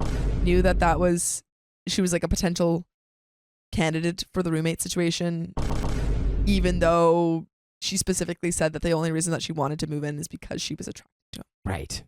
That's not good. The fact that he That's knew not a good that, look for him. lied about it. Yeah. And then when you say, so if I did the same thing with a guy who wanted to sleep with me, and now I made him my roommate without telling you that that was the case, how would you feel about that? He goes, I don't know. Yeah. Comments. So when your boyfriend knows or thinks a woman is interested in him, he goes out of his way to make sure she knows you're in the picture and he's very happy with you. Girl, that's a green flag. That would be a green flag if it were also accompanied by him telling OP about the things that are happening. Right, but it really feels like it's like a, well, see babe, babe, look, I'm sure. See, you don't have to feel threatened, and it's only girls that, by the way, he's attracted to as well. She made that clarification. If he's not into the girl, that's a huge clarification. That is a huge clarification. She always knows when he's into some other girl because he only ever does this. It feels like when he's trying to stifle his own stuff. In older like shows, you'd have male leads or something or whatever, just like male characters who are in relationship and they're like, I can't flirt with all the hot ladies. I'm off the market. I can't flirt with all the hot ladies. And it's like, whoa, why do you want to? Like, why are you really emphasizing that? You're like, oh man, my life is so much worse now that I can't flirt with these hot I'm chained ladies. down. It's like, no. I don't know. I'm just like, when I think there is a certain level of, you notice hot people in your life when you're in a relationship. But also I feel like, at least for me, when I was in a relationship, it was like, I didn't really think about anyone. I wasn't interested in anyone else. And I have proof of that because there was a person who I thought was incredibly attractive before the relationship. During the relationship, I was like, I don't even care about that person. And then after the relationship, I was like, oh, they're hot again. So scientific evidence. Wow. And you know exactly who I'm talking about. Wow. Yeah. Feels crazy being on the inside track for that. Yeah. He's not going to want to address the situation head on because that would be weird. So he's letting her know it's not going to happen in a way that's more subtle, but also impossible to misunderstand. As for this situation, it honestly sucks. I'm not seeing any good options here for your boyfriend. He can move in with this girl, in which case he's going to be self-conscious and paranoid in his home, not to mention what it's going to do to your insecurities as well. Or he passes on this girl and hopes to find someone better in the short amount of time he has. It's not a great set of options. You can find another roommate. Yeah. It is. Do you know how many people are looking for roommates? Yeah. So many people need a place to live. What? So many people. Go Facebook Marketplace that. I mean, not Marketplace, but Facebook, whatever it's called. Buy your roommate on Facebook Marketplace. Buy your roommate. No, but that's where, whenever we needed a subletter or something in my old apartment, that's where we went. Go to Facebook. You find you put out a thing and say, hey, looking for a roommate. So many people are like, oh my God, I'm looking for a roommate. Yeah. Yeah, providing the place to live is really just the high ground. Dude, quite frankly. I'm thinking about this. I literally lived in a place. I lived in a situation where two of my roommates. Huh? My name's Dakota, and I lived in a place. I lived in a situation that was just two of my roommates, one of them was taken and one of them was single, and the single one had a crush on the taken one. And it was just constantly a mess. Yeah. Because the single one's constantly trying to steal the taken one. And we're all living together, and it's just horrifically uncomfortable. Yeah. You just never want to do that. Don't do it. Don't do it. Ugh. So, second comment here. I don't think you should look at it as saying no based on your insecurities. I think saying no to her based on what it would do to your relationship is fine. If she's attracted to him and they live together, he wouldn't be able to let his guard down in his own home. That sounds miserable. He should be able to take his shirt off and not worry about it, or chat with her about their days without worrying she's going to make a move. Reply, it's hard to think about things like this in the moment when you're in a financial situation like OP's boyfriend. I know I've made hasty job and roommate decisions because I felt that I didn't have time and didn't want to risk losing my only chance, quote unquote. But from my experience, it's so worth it to wait. So many people need roommates these days, and I'm sure it wouldn't be hard to find one. Yeah. OP, maybe try and bring up your veto with this point. It's also totally okay to be feeling insecure. Really secure people are not delusional. People are not always easy to read, and it's hard to trust their word. Whether you're worried about her making a move or your boyfriend saying yes, it's normal to feel weird about it. And there's an update. Well, How did no one bring up the fact that he lied to her about it? That's the thing. It's like everyone glossed over that. He did not tell her. If one of my roommates was like, hey, I want to bang this dude I'm moving in with, and I had a partner, I would have to immediately go, hey, so you know what, my roommate situation, right? I found someone. Huge problem, though. Yeah. Huge problem. You don't have to move in with the first person that says, hey, you want to, like, can I move in? You could say, we're not a vibe fit. Yeah. Hey, cutie, want a roommate? No. And then you say, no. No. No, because I have a girlfriend, actually. Yeah. And that's weird. Yeah. With this is weird. Yeah. Update. Here we go, folks. Thank you so much for all of your advice and feedback. It helped me feel more justified in my feelings, but also I see now that he's trying to do the best that he can in an all-around crappy situation. I ended up having several talks with him over the past few days, with the first one going extremely disastrously, due largely to both of us being extremely stressed out, sleep deprived, and not having eaten food all day. But the last one resolved things as well as it could have and strengthened our relationship. I think one of the two big underlying issues in this situation was my own insecurities stemming from low self-esteem, which has been worsening over the past several months due to mounting stress in my life from unrelated events. I decided on my own that I need to start seeing a therapist again to address this. However, the other aspect I took issue with the most was his lack of proper communication and lack of understanding for my emotions.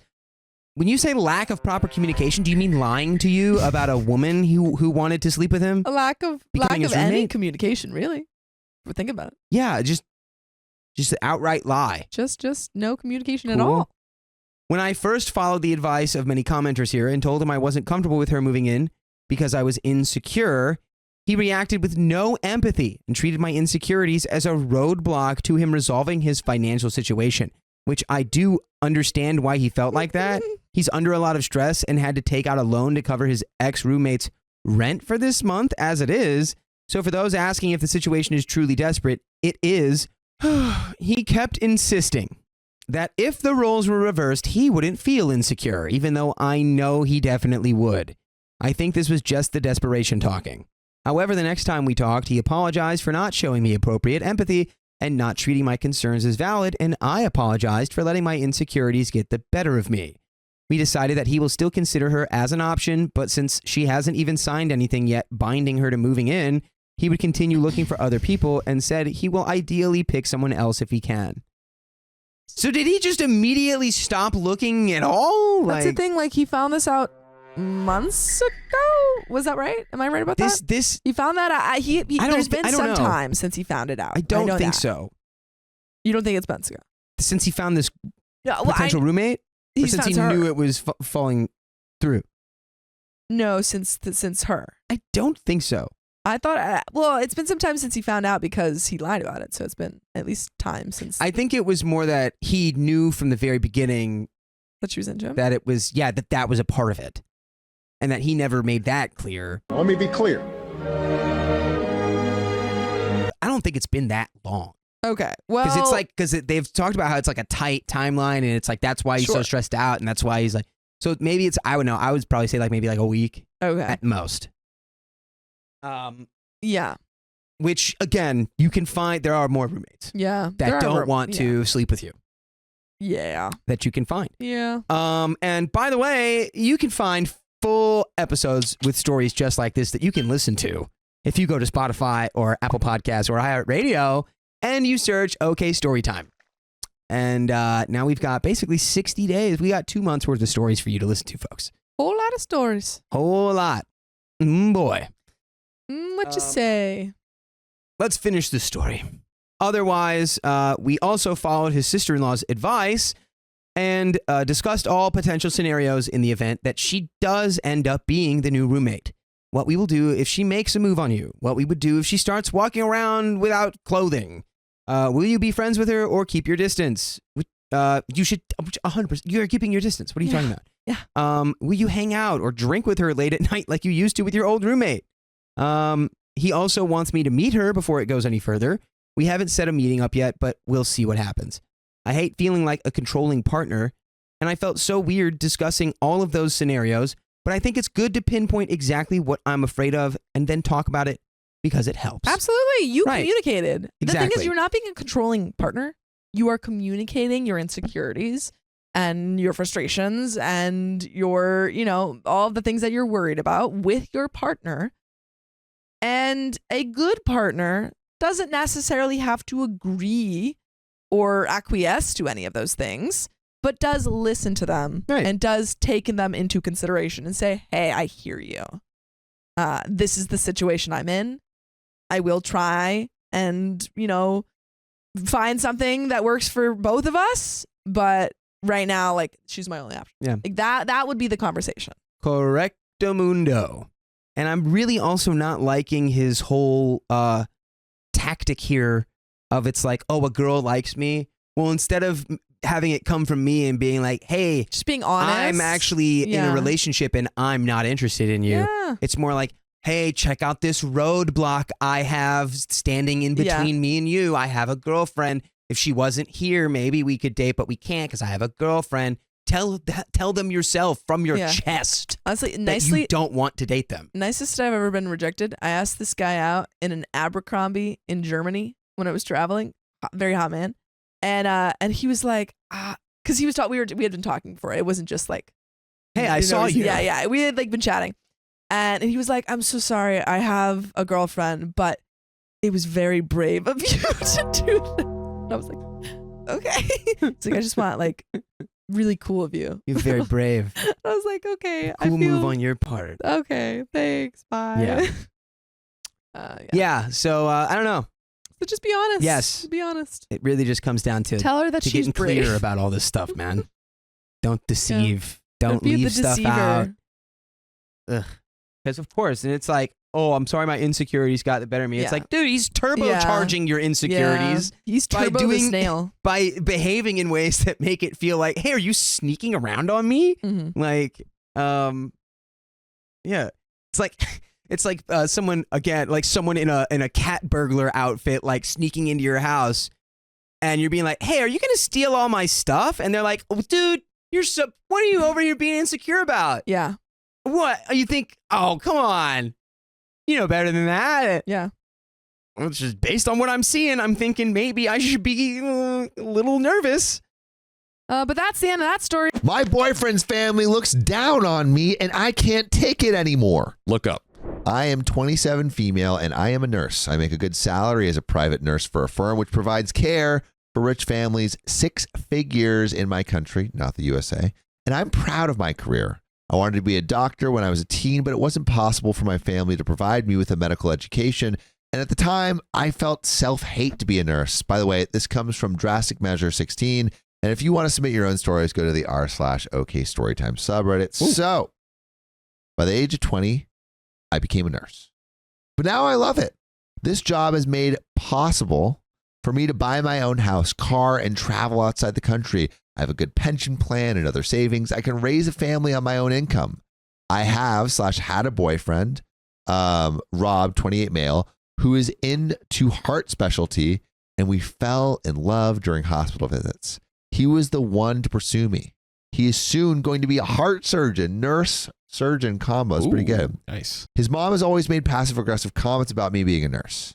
We got engaged recently, and all of his relatives were at the family dinner party, held by Rob's parents last week.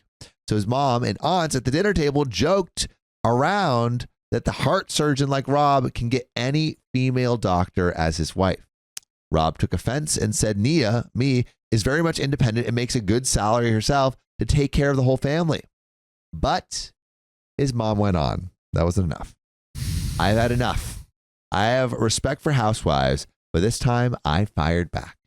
I said his mom and aunts are all gold-digging housewives with no life skills outside of raising kids. Boom. Got him. They live on their husband's money who are rich. Some of them started crying. Some shouted. Everyone, including Rob, asked me to apologize. I broke up with him on the spot and said I will not sell myself and my self-respect for his family. I'd rather marry a normal man than a surgeon whose family doesn't respect me. I left Rob, who was begging for a chance. I know he tried to silence his mom, but I don't see the future. I see a lifetime of taunts, and I can't ask him to cut off his parents, which he won't do anyways. My parents are saying he is a good catch and to ignore his mom's comments, but money isn't everything and social status isn't everything. I don't want to be looked down upon, but I miss him, and it is breaking my heart. Edit. More to add, he has tried to stop their comments whenever I told him it bothered me. He said try to ignore, and whenever he tried arguing with them, they just said, and he shouldn't disrespect his elders. Also, after marriage, we would have shifted to the house next door to the family. So you would be in close proximity with all this family that's given kind of... Oh, gee, no. Yeah, that's... Yeah. I would never have peace in my life, and that's what I realized. He will never cut them off, nor will I force anyone. It's better to end it. And we got some updates, but it seems like Reddit was not the a-hole, which I feel like I agree with. I mean, that's a lot to deal with forever. Yes, this is true. It's like, what? Also, why do we have to? What was the thing? Reason next why? door. Yeah. All right, we got an update. So Rob and I met after that event a few days after I made the original post. He came to my place to discuss. My brother was there. But I sent him to the other room before Rob came, and he didn't know my brother was there. I just wanted to be secure. I think she's like brother for protection. He cried, and I cried too, but I told him the only way it is possible for me to get with him is that we have to shift far from his parents and have limited contact from my side with his family and our future kids. He said it isn't possible and his family will be a great support system for us. He told me he will make a huge amount of money and I can continue part-time when we have kids as he will pay me around my salary to spend time with the kids. My independence is something I value and I refuse. I told him that his mother will not raise my kids and I won't leave my job. He got angry and our discussion became heated. And in anger, he slapped me hard and literally ripped my shirt when he held my arm. Oh my God. I'm a 5'9" woman, but a 6-foot muscly man made me realize how weak I felt physically at that moment.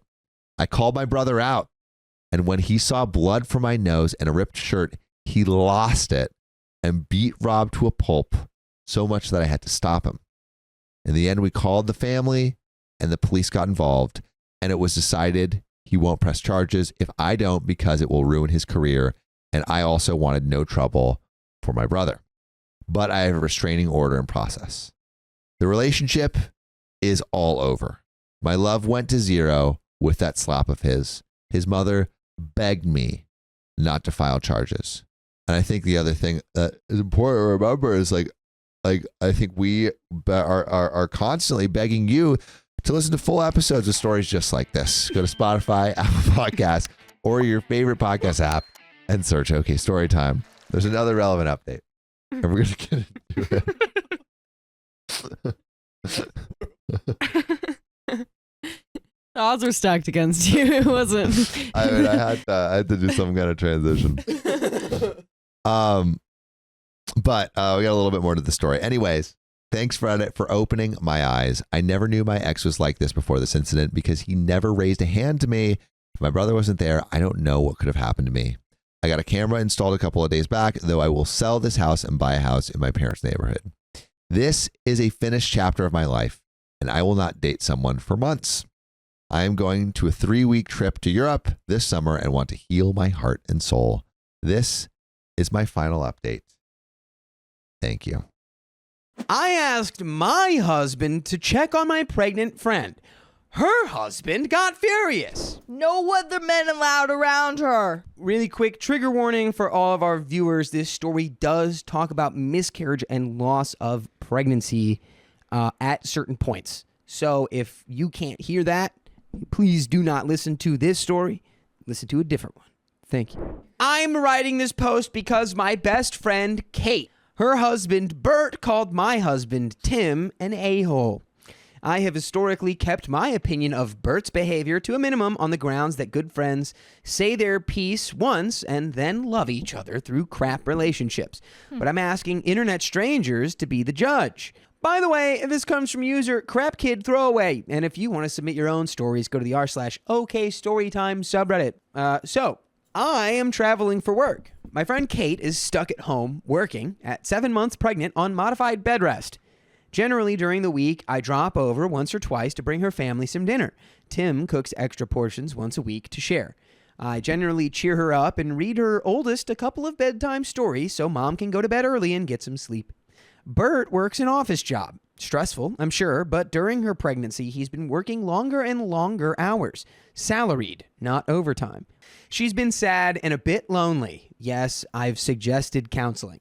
With that for background, this evening she and I were texting about 6 o'clock-ish, and she got a craving for tacos at a place near my house, and importantly, near Bert's office.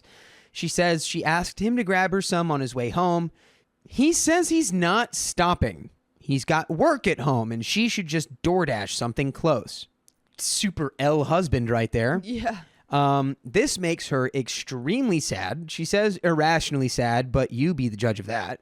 Because he used to surprise her with her favorite tacos, and now he can't even be bothered when she asks him to go. Yeah. As one does, I tell Tim, my husband, I'm 3 states away, so it was just part of our chat as I was getting back to the hotel and getting ready for a work dinner. I get back from dinner, and Tim had gone and picked up her tacos, remembered the bag of things I'd collected for her, and the kid were in my car, and pulled a tuna casserole from the freezer. Bert hates tuna casserole. He dropped them off on the porch and just texted her that there were some things I wanted her to have. Then Bert gets home. Did he bring tacos, coloring books, or a good attitude? No, he did not. He called Tim to tell him that he was an a-hole for showing him up. Ooh. This is giving the exact same energy as like the parent that shows up to the parent-teacher conference. Like, so why are you giving my son school supplies? Yeah. So, what? So you think I can't give my own kid pencils? It's like, he was showing up to class with nothing to write with, so I gave him pencils. I can actually take care of my own son. Thank you. Right. You It's know. like, well, then do it. 'Cause Right. You're clearly not. Some more colorful language was also used, including some fairly sexist nonsense. He also texted me telling me to keep my husband away from his wife. Tim did respond rudely when Bert called. Kate says he told Bert he was a failure as a human, a man, a father, and a husband. Okay. Dang. Not getting tacos, I don't know if that warrants that much, but... Yeah. But also, I would believe that he is correct. I don't know for sure, but I wouldn't be surprised if that all was true. Apparently, that caused Bert to scream expletives so loud their daughter started to cry. Aww. Not good, which is on Bert and not Tim. Yeah. If your daughter's around the corner, don't shout so loud and angry that you actually scare her. Yeah. You're failing again as that parent, right? Exactly. Jesus Christ. Tim then hung up on Bert, blocked him, and texted Kate that if she needed someone in an emergency, she knew where to call, but he wasn't putting up with her crap husband any longer. It's a giant cluster F, and I have no idea what's going to happen. My husband feels bad things have escalated so much, particularly since their daughter was crying. He feels like an a-hole at the moment. Obviously, Bert thinks he's an a-hole. I think he's a sweet man. What do you guys think? Am I the a-hole has no consensus, but OP was not the a-hole, and there are some relevant comments. But first, I say Tim's not the a-hole. Yeah. Because Tim Bert should have known, oh, I shouldn't scream and scare my child around the corner. Yeah, I mean, I think like maybe he didn't need to kind of stoop to Bert's level and just like, name call pretty much. But, is he wrong? I don't think so. Yeah. OP on what Kate thought about Bert's attitude towards Tim. OP says she's super pissed at Bert. It'll probably blow over, but at the moment she's extremely angry with him. She doesn't think Tim meant any harm, except that, of course, the tuna casserole was a bit petty. Could Kate stay with OP and Tim? How was that even petty? He just knows that the pregnant woman likes tuna casserole. Could Kate stay with OP and Tim? OP says she's always welcome, of course, but I don't think she'd move their daughter out of the neighborhood. I think they're going to work it out. She does love him very much. That said, he's at a hotel tonight, and I don't think that's happened before. Commenter number 1 says, no good deed goes unpunished. That being said, you guys are way too involved in their lives. You're cooking for them multiple times a week? OP says, yeah. She's on bed rest. We have a meal train. I do Wednesday and sometimes Friday. I'm sorry, does this commenter not know what friends are?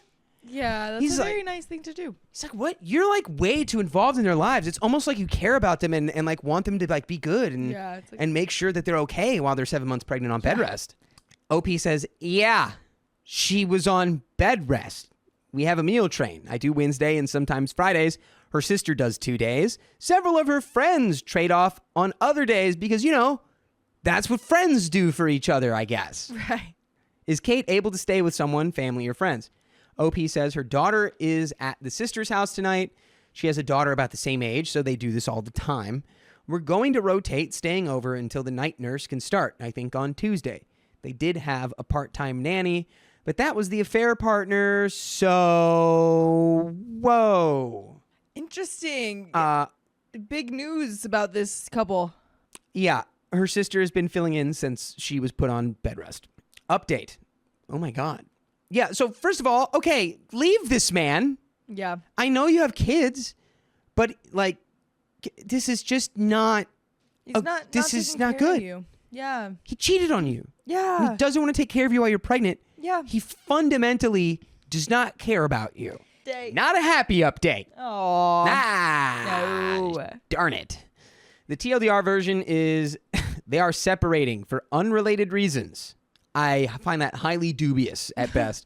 I apologize for screwing up the title last time. Blah, blah, blah, blah, blah, blah, blah, blah. This update is shared with Kate and Tim's permission. For reasons, Bert can go F himself. Okay. Bert did email Tim this morning to apologize. Bert said he had forgotten I was out of town and he didn't realize that Tim was dropping off the meal train food. It was a weird email for many reasons, but Tim responded politely, if non-committal. Tim hasn't changed his view of Bert, in part because of what happened between Bert and Kate this afternoon. Bert also texted me to apologize, but I didn't get his message until after I landed, and by then everything else had happened. I've elected not to respond. Okay. Bert went home around noon after staying at a hotel last night. Kate's sister had taken their daughter to the park so Bert and Kate could talk it out. The short version is that Bert has been avoiding Kate because she's not happy during this pregnancy. I mentioned in a comment that Kate had been married previously, and shortly after her first husband passed away, she had complications in a pregnancy that forced her on bed rest. Oh, wow. Unfortunately, her son did not make it. Her current pregnancy is bringing up a lot of painful memories, and she's scared she won't be able to make it to full term. So yes, she is not as cheery as she was when she was pregnant with their daughter. It's a difficult time. Bert is frustrated and angry that she's not happy, so he's been staying late and ignoring her until she stops doing that. How do we think this is the solution? Everyone watching this, I just want you to clap for me for having the willpower to not throw this through the camera. Oh my gosh. That is, I would have no response for that. If I'm Kate and my husband says, hey, so because of all of the reasons that were just said, you're upset and I can't deal with it, I'd be like, oh, well, you can go ahead and just get your stuff. Yeah. There's just nothing to say. That is one of the dumbest things I've ever read. Yeah. There's no need to even try to reply to it to make him understand anything. Yeah. Because he'll never understand. Exactly. I know that sounds horrid, but I think they could have worked through those feelings. No. But as he was explaining how he felt, he said she should be glad her son wasn't there because otherwise she wouldn't have this life at all. Oh my gosh. Oh. That is so beyond terrible. How much fire is inside of you right now? Do you remember that scene from the Spider-Man No Way Home movie where Spider-Man like gets tackled through like 10 floors of a building? Oh, yeah. That's what I'm imagining doing to this guy right now. Yeah. And I'm just going to leave it at that. Yep. That one still knocks the wind out of me. It's so cruel. She did talk to him about that statement, but the explanation doesn't get better. In any event, for her, that was just the end. Thank God, as it should be. Oh my gosh. I'm so relieved. She told me she was just done. They can work out joint custody, but the marriage was over. She called her sister, and she and her husband encouraged Bert to leave. Currently, Kate's not angry or sad or panicked. She's just done. Personally, I'm surprised since they've weathered some fairly crappy things, including infidelity by him, but I guess that was the line. In any event, her D&D friends are over there for Saturday night games, and they are eating waffles. She thought it was important for the internet to know that waffles are appropriate separation food. Well, at least her spirit's not crushed, at least. That's good. Yeah. In terms of her well-being, which many kind souls were worried about, they have a prenup. The house is hers. His family property is his. I'm sure there will be a fight over custody, but she will be financially okay. In any event, she has family and friends who will help and support regardless of what happens. And we are just going to skip right. We've got an update. All right. Chapow. Okay. A month has gone by. Yep. Let's see what's going on. I'm excited.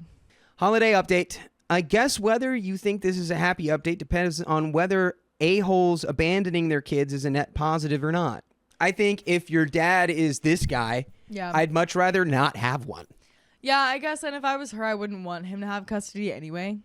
But still definitely sucks. Dude, just based on that one statement alone, is Yeah. like, you shouldn't be able to raise children. Oh, yeah. And then you throw everything else on top of that. Terrible. Kate and Bert are still separated. It took her a few weeks, but she finally spoke to her attorney and asked them to start the paperwork. One problem has been locating him for service and scheduling parenting time so it wouldn't appear that she's withholding his child.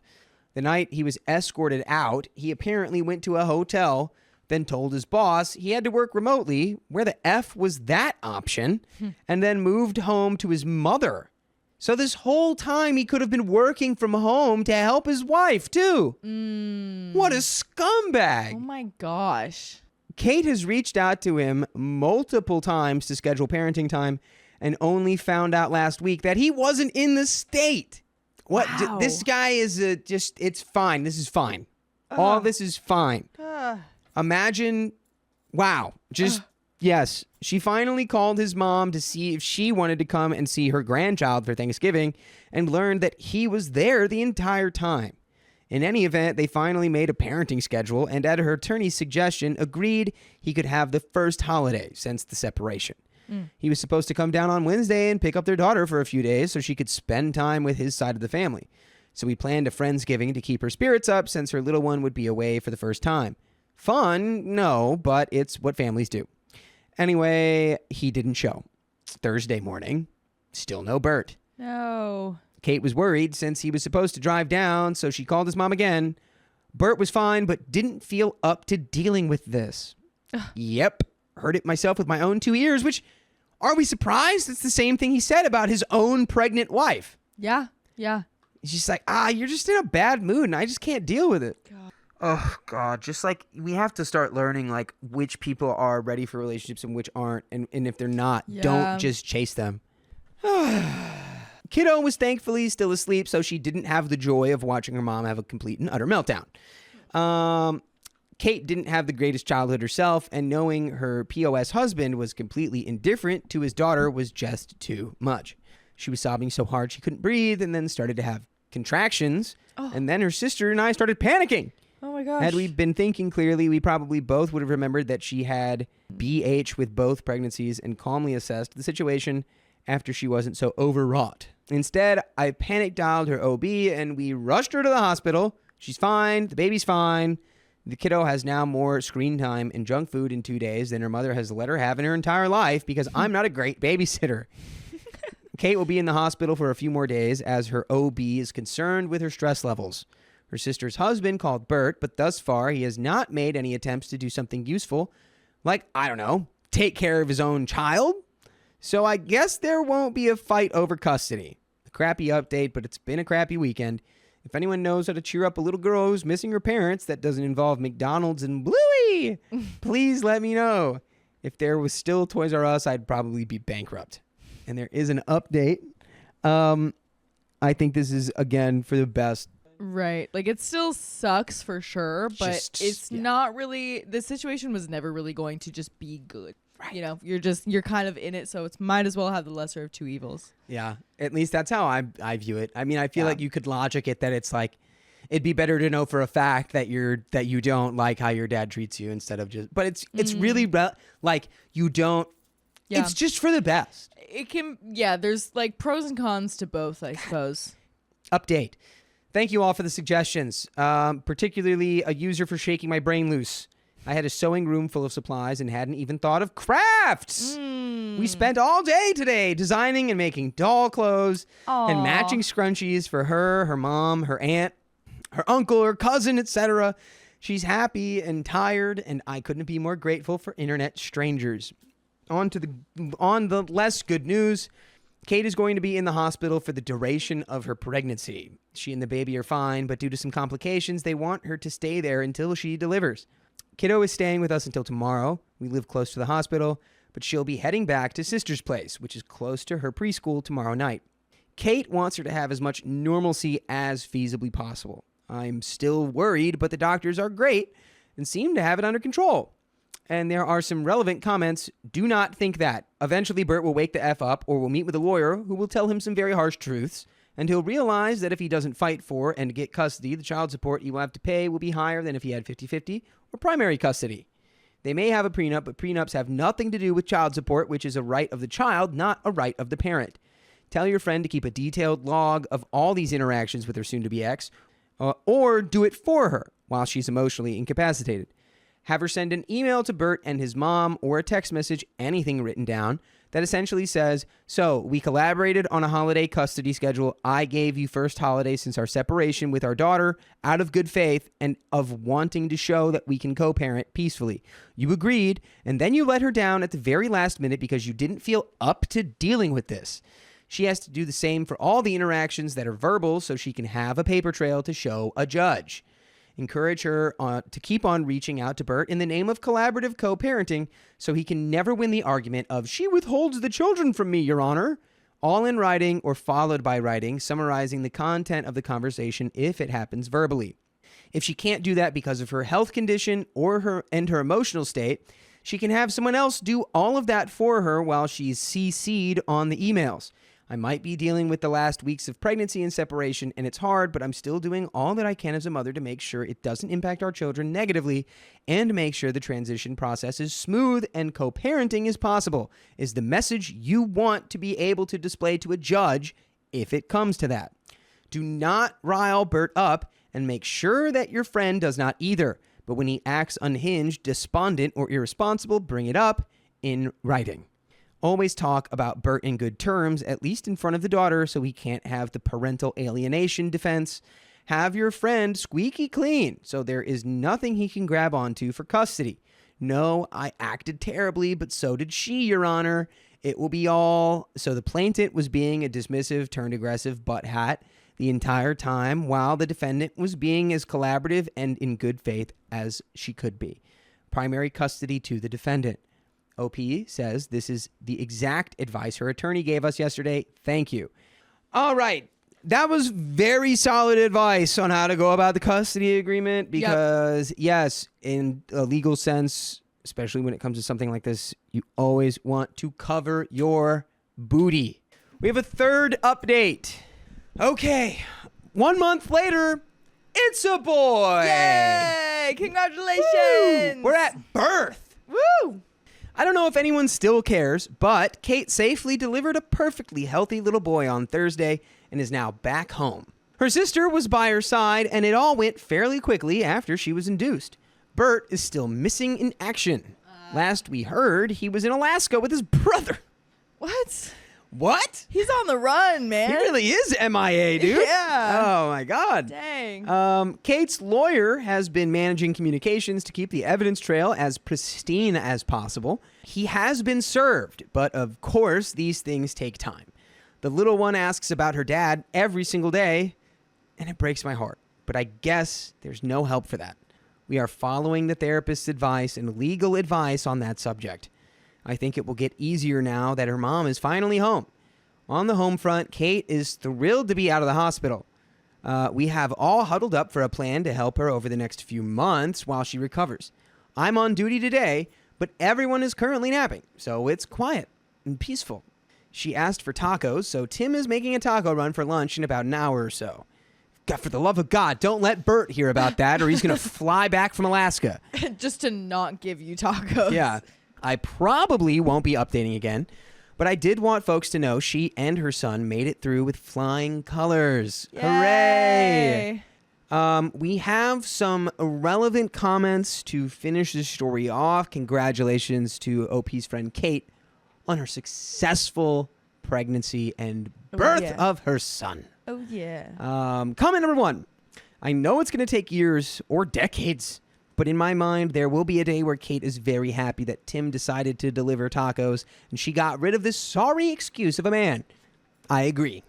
All the best, OP. I would love to get an update, but I understand if that's the end. OP replies, to be honest, I think that's why she asked for tacos. Tim has been feeling crappy for how everything went down and how his bluntness, in his mind, contributed to Kate's complications and the kiddo's distress. Seeing Kate happy and relaxed, surrounded by her family and everyone devouring tacos definitely cheered him up. It certainly cheered me up. Commenter 2 says, I'm glad you're okay. Now, if possible, I have a question for you. Do Bert's parents approve of what he's doing? Please keep us posted until your friend gets his revenge on this pest. OP says, I don't know what Bert's mom thinks. I called her to let her know when Kate was scheduled to be induced and to invite her to Christmas at Kate's request, and she never responded. Bert's father passed away a few years ago, which precipitated some of Bert's worst behaviors. See, we're all complicated monkey people. Like we always, there's always something. Yeah. Yeah. I've only met his brother a handful of times, but given how he treats his wife with tremendous devotion, I was surprised to hear Bert was there. I would have expected his brother to chew his butt out and send him home. But who knows what Bert is telling his family about the separation. It's very odd. I'm extremely curious, but sticking strictly to the path the attorney has laid out for all communication, which is a very smart thing to do.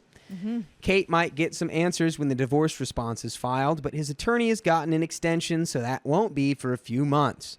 Comment number 3, OP, it's just a suggestion of mine, but since there's a possibility that the brother is being deceived, would it be more receptive to send an anonymous message telling him what's really going on?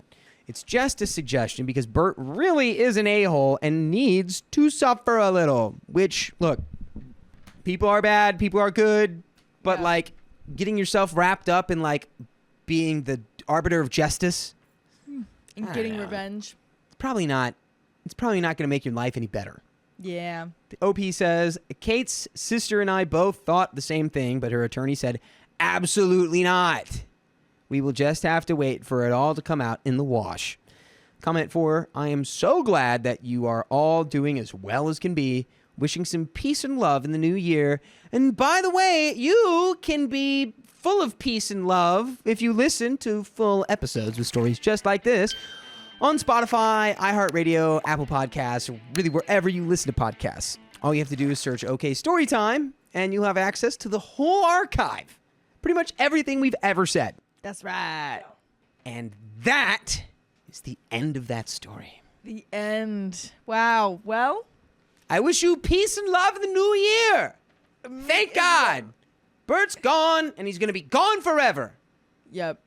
Ding dong. The Bert is gone. Ding dong, the bird is Ding gone. dong, The the bird bird is is gone this gone. day. Ding dong, the bird is gone this day. Yay! I caught my boyfriend wearing my clothes.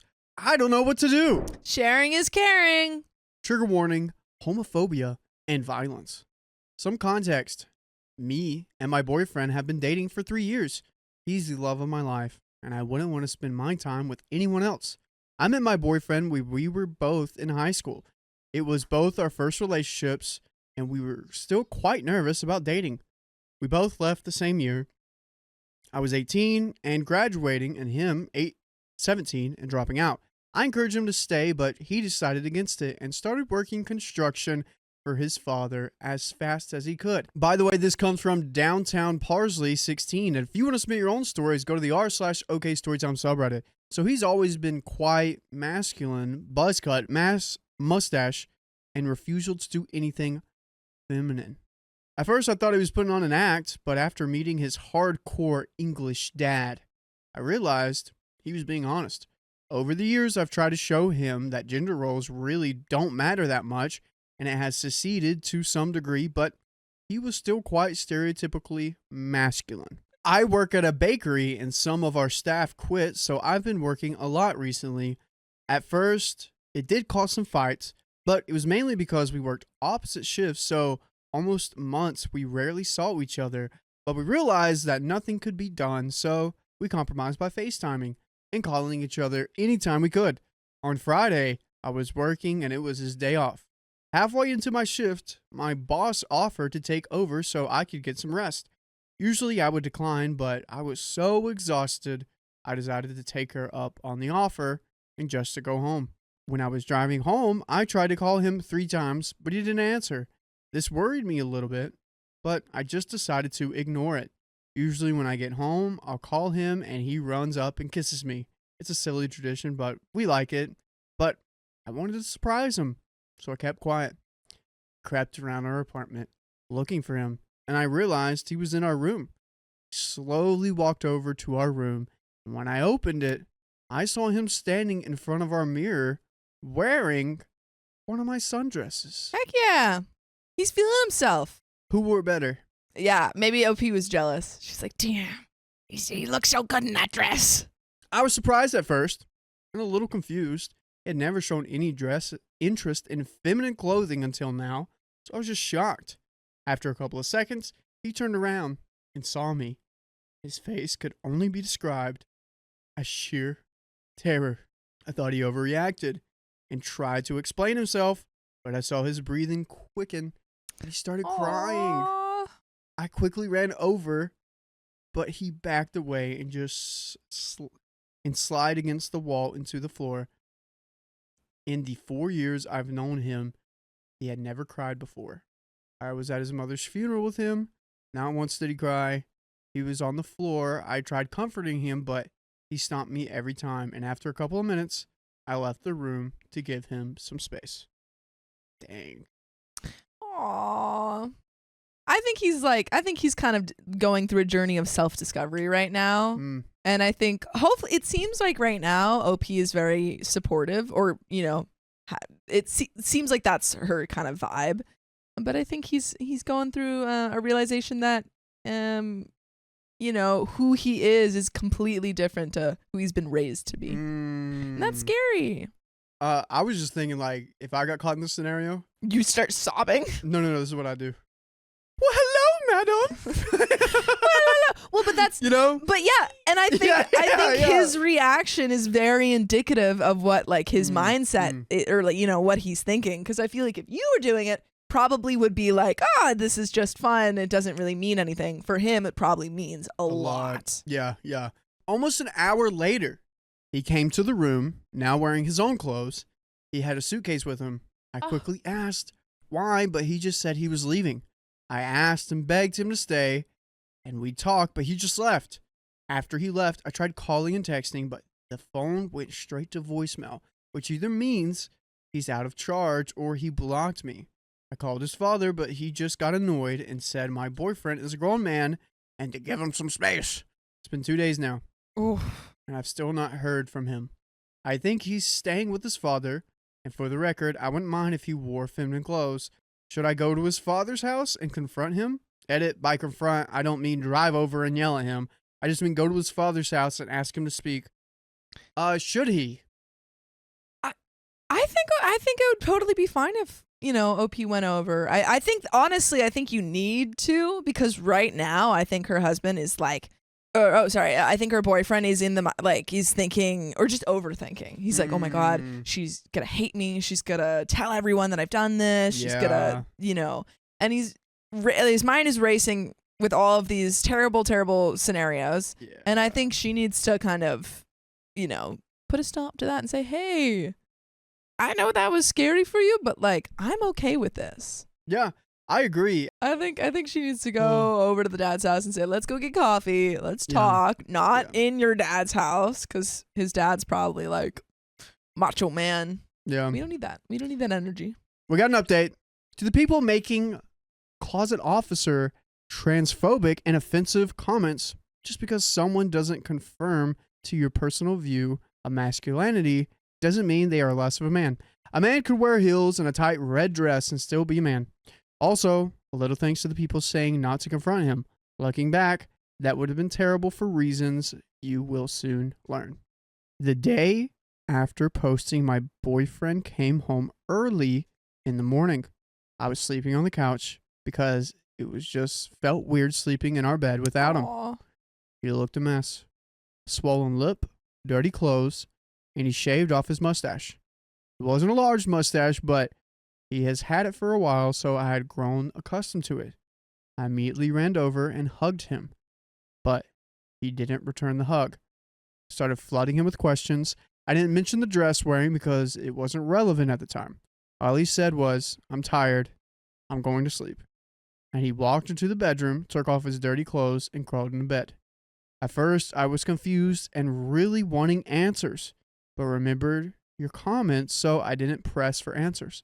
All I did was crawl in bed beside of him and hold him. He quickly started crying again, so I comforted him. I can't tell you how long we laid there. It felt like hours. Eventually, he stopped crying and said, can we talk? I was about to say yes, but realized he was still quite dirty, so I offered to wash him, and then we could talk. He seemed to really like this idea. After the shower, we both put on comfy pajamas and sat down on the bed. He started off by apologizing for just leaving and blocking my number. He said he was terrified of what I would say, so he just stopped himself from hearing my opinion. He admitted that it was dumb. I asked him about his appearance, his dirty clothes, bruised face, and his clean-shaven face. He explained that after he left, he went to his father's, 63 males, house to stay. His father didn't care, but his wife, 30 female, did. What? Just to show how terrible his father is, he married his new wife 6 months after my boyfriend's mother passed. And married a woman half his age. Despite the wife's protest, my boyfriend slept in the guest room till Sunday, which was yesterday. He shaven while he was there because he was disgusted with his appearance. Quite late at night, his father came into the room and asked why he left. And my boyfriend told him the truth. He could never lie to his father. When we were still in high school, I decided to spend the night and do some sinful activities. Ooh. The morning after, his father asked what we were doing. I answered, hanging out, but my boyfriend told him we were having spicy sleep. Dude, what? You were there? Well, he has always been afraid of his father. This is like a form of... But I'm just imagining OP comes downstairs and the father's like, what were you two doing last night? And OP's like, just hanging out. And her boyfriend's like, we were having spicy sleep. But I feel like this is out of a fear thing, not like... No, but I just think that image is crazy. Oh, yeah, that image For is crazy. OP to be right next to him and be like... After revealing he left for wearing my dress, his father, the senior citizen, punted him out. Ugh. Still too scared to come home, he spent the night on the street. And in the morning, he came home because he knew he had to face the consequences. I feel bad for him. I grew up with a great dad, so I can only imagine what it would be like to be raised by such a mean old man. My first question was, why did you react so much when I saw you? His answer crushed me. He explained that early into his teenage years, he started to feel like he wasn't entirely a boy. He opened up to his mother about these feelings, and despite not understanding, she supported him. when he talked to his father about it, which resulted in him getting a trip to the emergency room. Ugh, these people should not be parents. I asked him if he was a boy. He answered no. I asked him what he was, and he said he didn't know. But he knew he wanted to start appearing more feminine. When he said that, I saw he was scared and desperate for my answer. So I told him no matter what, I'd always love him. Boyfriend, girlfriend, partner, didn't matter. The identity, and that I'd always support him. OP's Wow. so lovely. This OP's is- such a good person. She's just like a heart. She's just the she's heart like, emoji. I don't care. I just love you. That's so sweet. Red heart emoji. Aw. We decided to talk about the rest another time, and we did throughout the week. I have one gender diverse friend and one who was gender non-confirming talk to him, and afterwards he seemed to have some type of understanding about his identity, but still not all of it. And if you need a new identity, all you gotta do is go to your favorite freaking podcast platform, Apple, iHeart, or Spotify, look up OK Storytime, and there you can take any identity from any of the crazy people we talk about any day. And that could be you. Or it cannot be you by you learning not to be those people. That's true. That's your choice. Mm-hmm. Back to the story. I did show him the post, and he said it was fine to keep up and even encouraged me to write an update because he hates it when he reads one and can't find the update. Dude, solid. This guy gets it. We decided to go low contact with his father. I tried getting him to go no contact, but he said despite all of this, he still loves him. He's quit his job because his father is his boss, and to cover rent, he's going to start working in the bakery with me because they're looking for more people. Aww. We also have been trying out using feminine pronouns, and she's really liking it so far. We're also going dress shopping next weekend, and she can't wait. Thank you for everyone for the advice and kind words. I hope you have a happy rest of the year. This is so sweet. I love this. Yeah, this was Great this was a end. crazy Yeah, she does not need her terrible father in her life. She just needs a good supportive partner, and she has that. My boyfriend lied to me about his past. I can't trust him anymore. Hey, liar, liar, pants on fire. I, 25 female, have been dating my boyfriend Ethan, 28 male, for almost a year now. Prior to him confiding in me this hideous secret, our relationship was lovely. We talked about what bothered us if something ever came up. We spent time together and enjoyed each other's company, and we tended to support each other the best we could. I've been happy, really happy, and the peace in my life has helped me grow as a person. By the way, this comes from Fairy0001, and if you want to submit your own stories, go to the r/OK Storytime subreddit. So, background. We met through an, at the time, mutual friend, Tammy, 24 female. Tammy has been married for years to Ethan's buddy, but her marriage is not happy. She has engaged in affairs that her husband miraculously was able to forgive and forget. After a few years of turbulent and drama-filled friendship with Tammy, I decided that she was too much. I didn't want someone like her in my life, so I ended the friendship. Sometimes you gotta do what you gotta do. Gotta do what you gotta do. Ever since, Tammy has been on a smear campaign. Because I no longer like her or agree with her, I'm a bigot. I'm discriminatory. I'm all the awful things in the world, etc. Basically, the woman hates me and will talk crap about me at any turn. This became a problem when Ethan and I got together because she's always held a fascination with him. So I told him that eventually I'd like it if he stopped talking to her. Because Ethan has told me several times that he doesn't like Tammy, I didn't think it to be an issue and let him do it at his own pace. I only needed to know one thing: if they had a history together, to potentially explain Tammy's obsession with him. Ethan said no, nothing, and I believed him. Well, he lied. Dang it. Man. And 2 years ago, after one of Tammy's affairs, while Tammy was married and he was single, she approached him while he was wasted and they did things. Specifically, oral spicy sleep. They did things, specifically of the mouth. Ethan clearly regrets this and struggles with the moral failing, so I'm trying not to be hard on him, but I'm devastated. He lied to me, he hid this from me, and all because he knew and has admitted that he thought I would either leave him or never want to touch him again. I'm trying to forgive him and move past it, but when I told him definitively that he could never be around Tammy again, he fought me on it. He was terrified that Tammy would tell their mutual friends out of a retaliation, ruining his reputation, which in Espanol. He said that I seemed like I couldn't trust him, and he blamed me, saying that he stood to lose a lot by cutting her out, and that if he did, I wasn't allowed to F him over. He made me swear to him that I wouldn't F him over. Honestly, I'm angry. I'm hurt. He prioritized his pride and reputation over our relationship and my broken trust. Recently, I've been so busy that I haven't seen him much, and he is now claiming that I'm not putting effort in, and it's something that he would dump me over. I almost told him to do it. I was so stunned that he came after me like that. I don't really know how to forgive him, and if anyone has any advice, this is my first long-term relationship, and it was so lovely. I don't want it ruined because of her.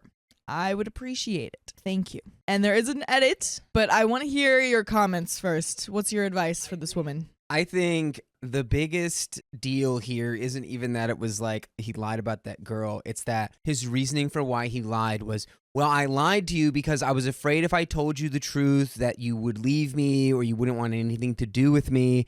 So I just was never going to tell you. And like, that's just a selfish lie. So he's willing to lie to keep the relationship afloat. He should just leave. Unless he can admit that that's what he did. Like, if he doesn't have the emotional maturity to be like, yeah, I was lying because I'm afraid that I'll lose you, but that isn't a good reason to lie. You have to be honest and like, yeah, sometimes you lose people because of reality, but like, you can't trust a liar. Right. And then at the same time, it's like, okay, if you were so scared of losing her, then like, why are you threatening to leave because she is now uncomfortable with the situation that you tried to hide from her? You know, like you were scared of her leaving, but now you're doing that. Doesn't pass the logic test. And so he's probably just saying that because he's like, oh, I just love you so much. Oh, I care about you so much. I just couldn't tell you because I was so scared. I was so scared. Oh, poor me for being in this situation, even though you put yourself there. But there is an edit. You are all entirely right. And I knew it. I think I just didn't want to admit it. It's over. It's been over, and I'm going to have to tell him that. Thank you all for your kind words and support. I needed to hear it. And we do have an update as well. Let's go. So, June 13th, I break up with Ethan on a phone call. Oh, snap. Oh, yeah. I state the initial lie, plus his attempts at making me look like the bad guy and shove the blame on me when I found out. That showed me that he would always put himself and his image before me. Ethan was completely calm on the phone and treated our breakup like an exit interview. So he said, okay, so what are the next steps, etc. Yeah, am I going to collect my pension? What's going on? The next steps are me walking out the door. Do I get my hoodie back or like... Less than an hour later, he calls me, sobbing, begging for me to come back. I refuse. I also told him that if I catch him telling our mutual friends any lies about our breakup, for example, shoving the blame onto me, I will tell them the truth. He cries and continues to beg for me back. Eventually, I hang up on him. Now, June 14th, the next day, Ethan calls again and sobs hysterically. He continues to beg for me to come back, which, again, I refuse. I ask several times, are you thinking of what I want or what you want? And he always answers, I'm thinking of you. To which I respond, then respect my decision. I can't be with you. This goes on for an hour. Eventually, I tell him to mail me my stuff and leave me alone unless I reach out to him. He agrees. Later that night, though, Ethan texts me asking if he can just drive down and leave my belongings on my porch.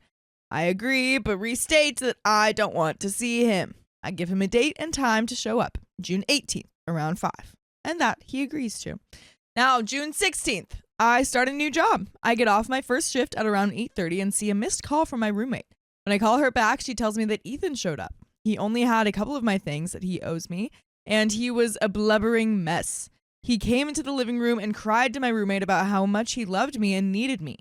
My roommate didn't know what to do. She just kept telling him that I'm not there, which I wasn't. I was at work. This guy, maybe his heart's broken, but it's like, I feel like he's trying to like gain a character witness by like being so upset to the roommate. Yeah, right? But instead, she's just going like, hey, you know I'm not your ex-girlfriend, right? She's not here. I don't know what to tell you. She's like, not here, go away. So desperate. Ethan then uses the bathroom for a long time, which we think he was listening for me on the other side of the wall, as my bedroom shared one with the bathroom.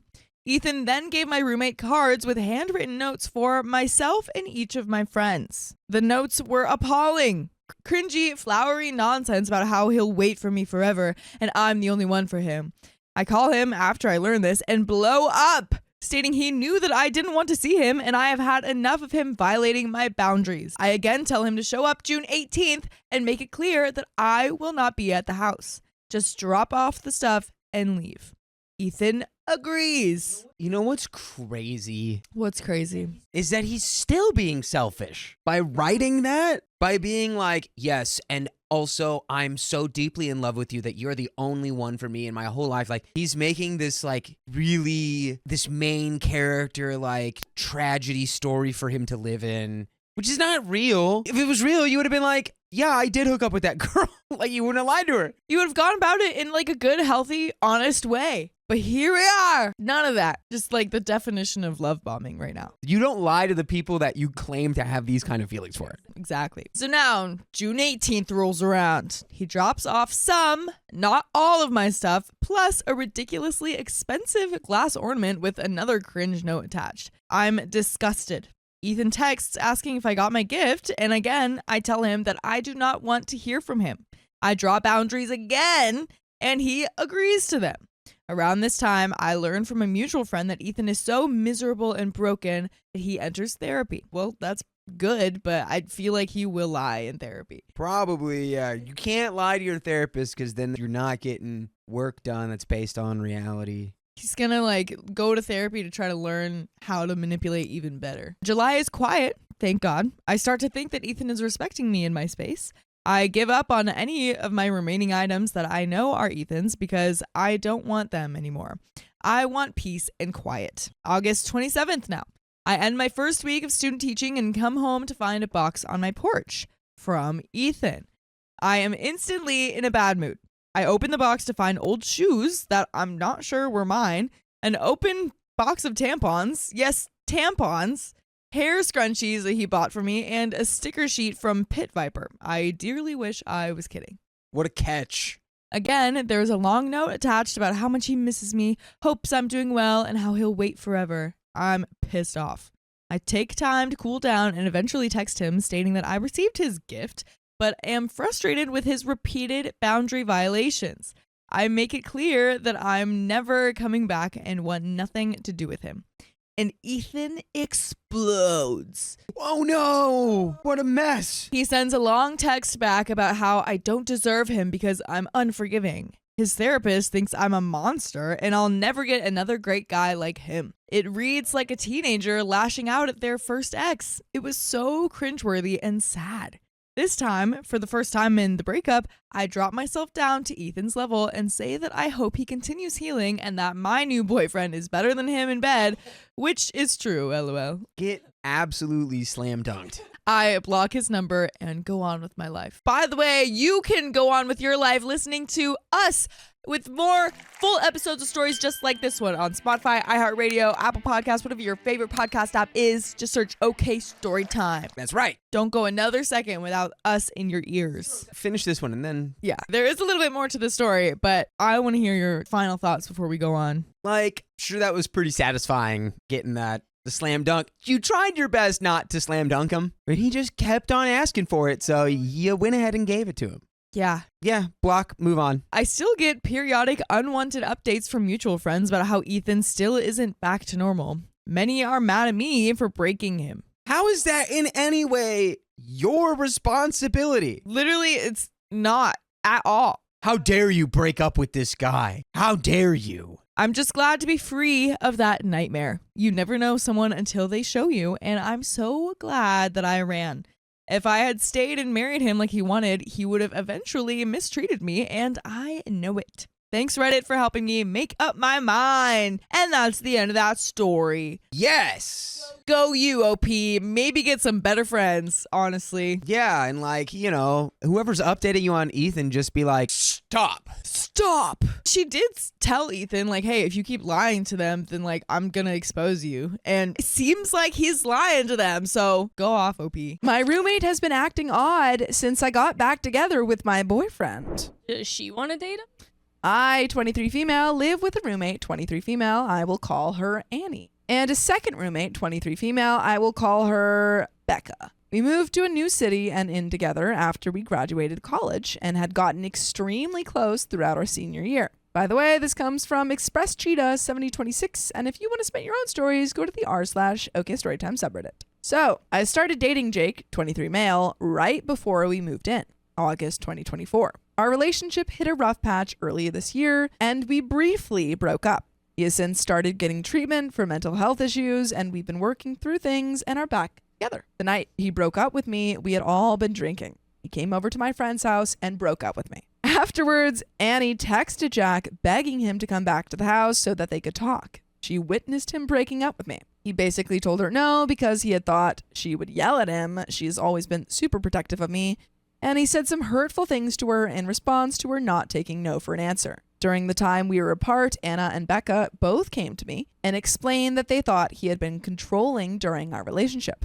I started going back to therapy after the breakup and was very open with my therapist about our relationship and our conversations. My therapist and I decided that this was not a toxic relationship or one that I needed to leave. After lots of talking and working through the obstacles in our relationship, we got back together. Both Annie and Becca had told me that although they wished I wouldn't get back together with him because they think I deserve better, they would support me either way. He spent the night at our apartment and Becca was home, so I let her know he was coming over. The next day, Annie was very upset with me, and I did not know why. I went to her room to ask why, and she told me it was nothing and to leave her alone in a dismissive tone. For the next week, she would not look me in the eye or acknowledge my existence. After I tried to talk about it in person and was dismissed, I tried to give her space. I ended up texting her about it because I thought maybe it was too hard to talk about in person. She told me that she was extremely upset that I told Becca before I told her that we got back together. She also wanted space from me and said that I betrayed her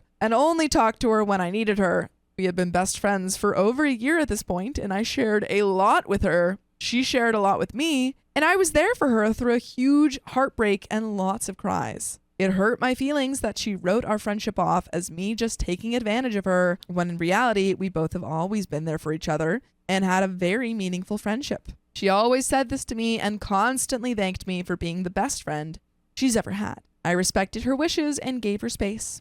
After about a month of not talking, I reached out again and asked her if she wanted me to move out. She told me I was crazy for even suggesting that and blamed me for not talking to her and ignoring her. I explained that I tried to give her the space that she asked for and was waiting for her to let me know when she was ready. The conversation ended on good terms, but there wasn't really a resolution.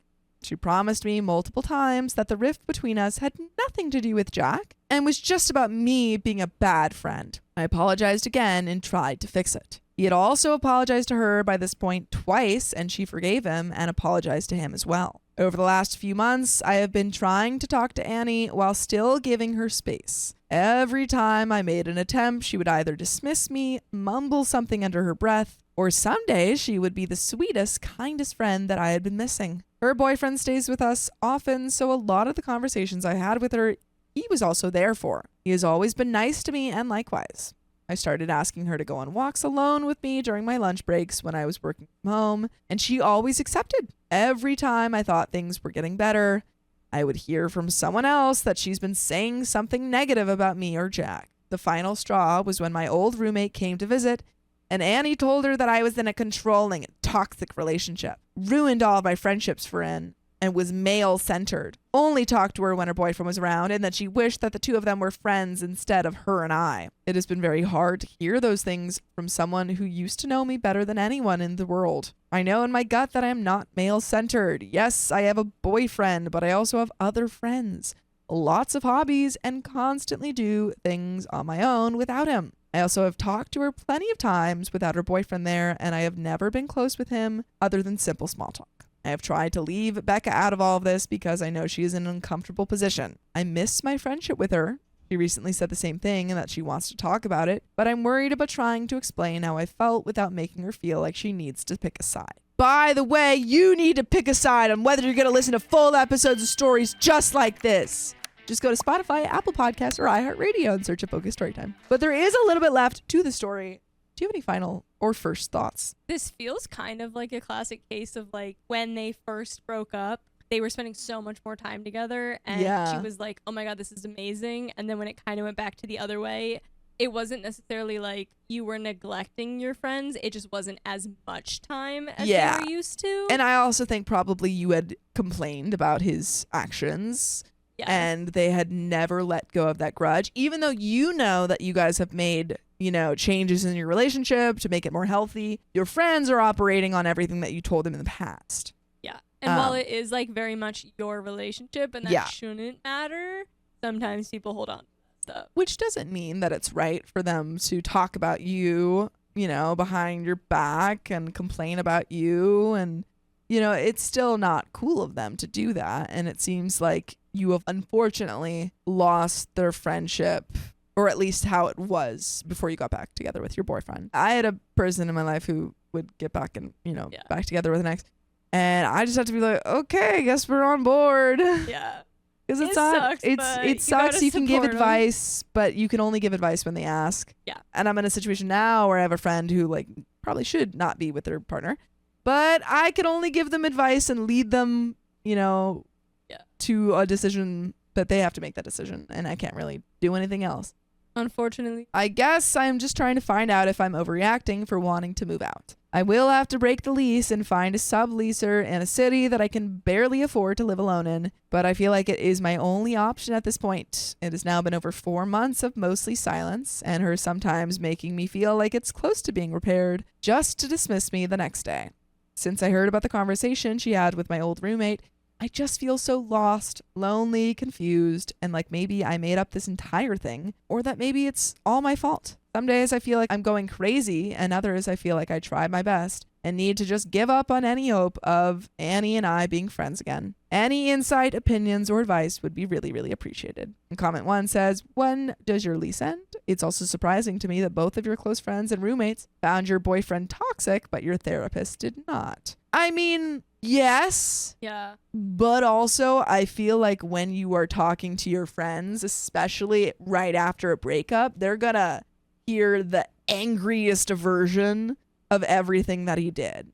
Yeah, and the therapist might have helped open both sides of Yeah. some of those situations. Like maybe OP was like, and he always, he blamed me for stuff, and he left me, and he broke up with me, and he did this and this. And then the therapist is like, okay, well, let's look at, was there anything like on both sides? Was there anything going on? Yeah. Like allowed OP to see the full picture, whereas her friends are seeing only her version or only hearing her very biased version. And are obviously going to always side with their friend. Exactly. Not saying either are wrong, but I guess I would look at what behaviors seem controlling and what he's done to change that since you got back together. I can understand how painful it must be for friends who witness you being hurt and are even hurt themselves. Your boyfriend texting mean things to Annie. Probably also why she doesn't like him by someone, and then have to watch you get back together with them. OP says my lease doesn't end until August 2026. It was controlling in ways of him wanting me to quit vaping because he was worried about my health, for example. I explained to him that although I understood where he was coming from, this was a bit controlling. Maybe the way he went about it, sure. He didn't get it right away, but after talking to his therapist about it, he apologized and said he overstepped. The reason my therapist doesn't see him as toxic, from my understanding, is because he is always able to take accountability for the things he did wrong, and he hasn't made the same mistake twice. I also have been putting myself in their shoes, and I know I would be very sad if either of them got back together with someone who I didn't think was good enough for them, which is why I asked multiple times if that was the issue, and was always met with a, no, he's never been the problem. I don't care if you're back together, which I think is a lie. Yeah. Comment 2, Annie texted Jack begging him to come back to the house so they could talk. She witnessed him breaking up with me. He basically told her no because he thought she would yell at him. TBH, this really stood out to me. This is incredibly weird and controlling on behalf of Annie. The fact that she continues to act hot and cold and badmouth you is also ultimately on her too. That's a great point. That was weird of her. I mean, whether or not she was doing it because she was into him or because she was standing up for her friend, weird move. Even if your boyfriend is bad news or whatever, and he sounds it, TBH again, behaving abusively as well isn't a healthy thing to do. I note also the dynamic where she seems on the verge of repair and then goes back to cold again. This is a very common toxic tactic. If she was just rude 24/7, you would have moved out very quickly. But by being occasionally kind, it got you questioning everything. You're not overreacting. The final straw absolutely is the final straw. And folks, that's the end of that story.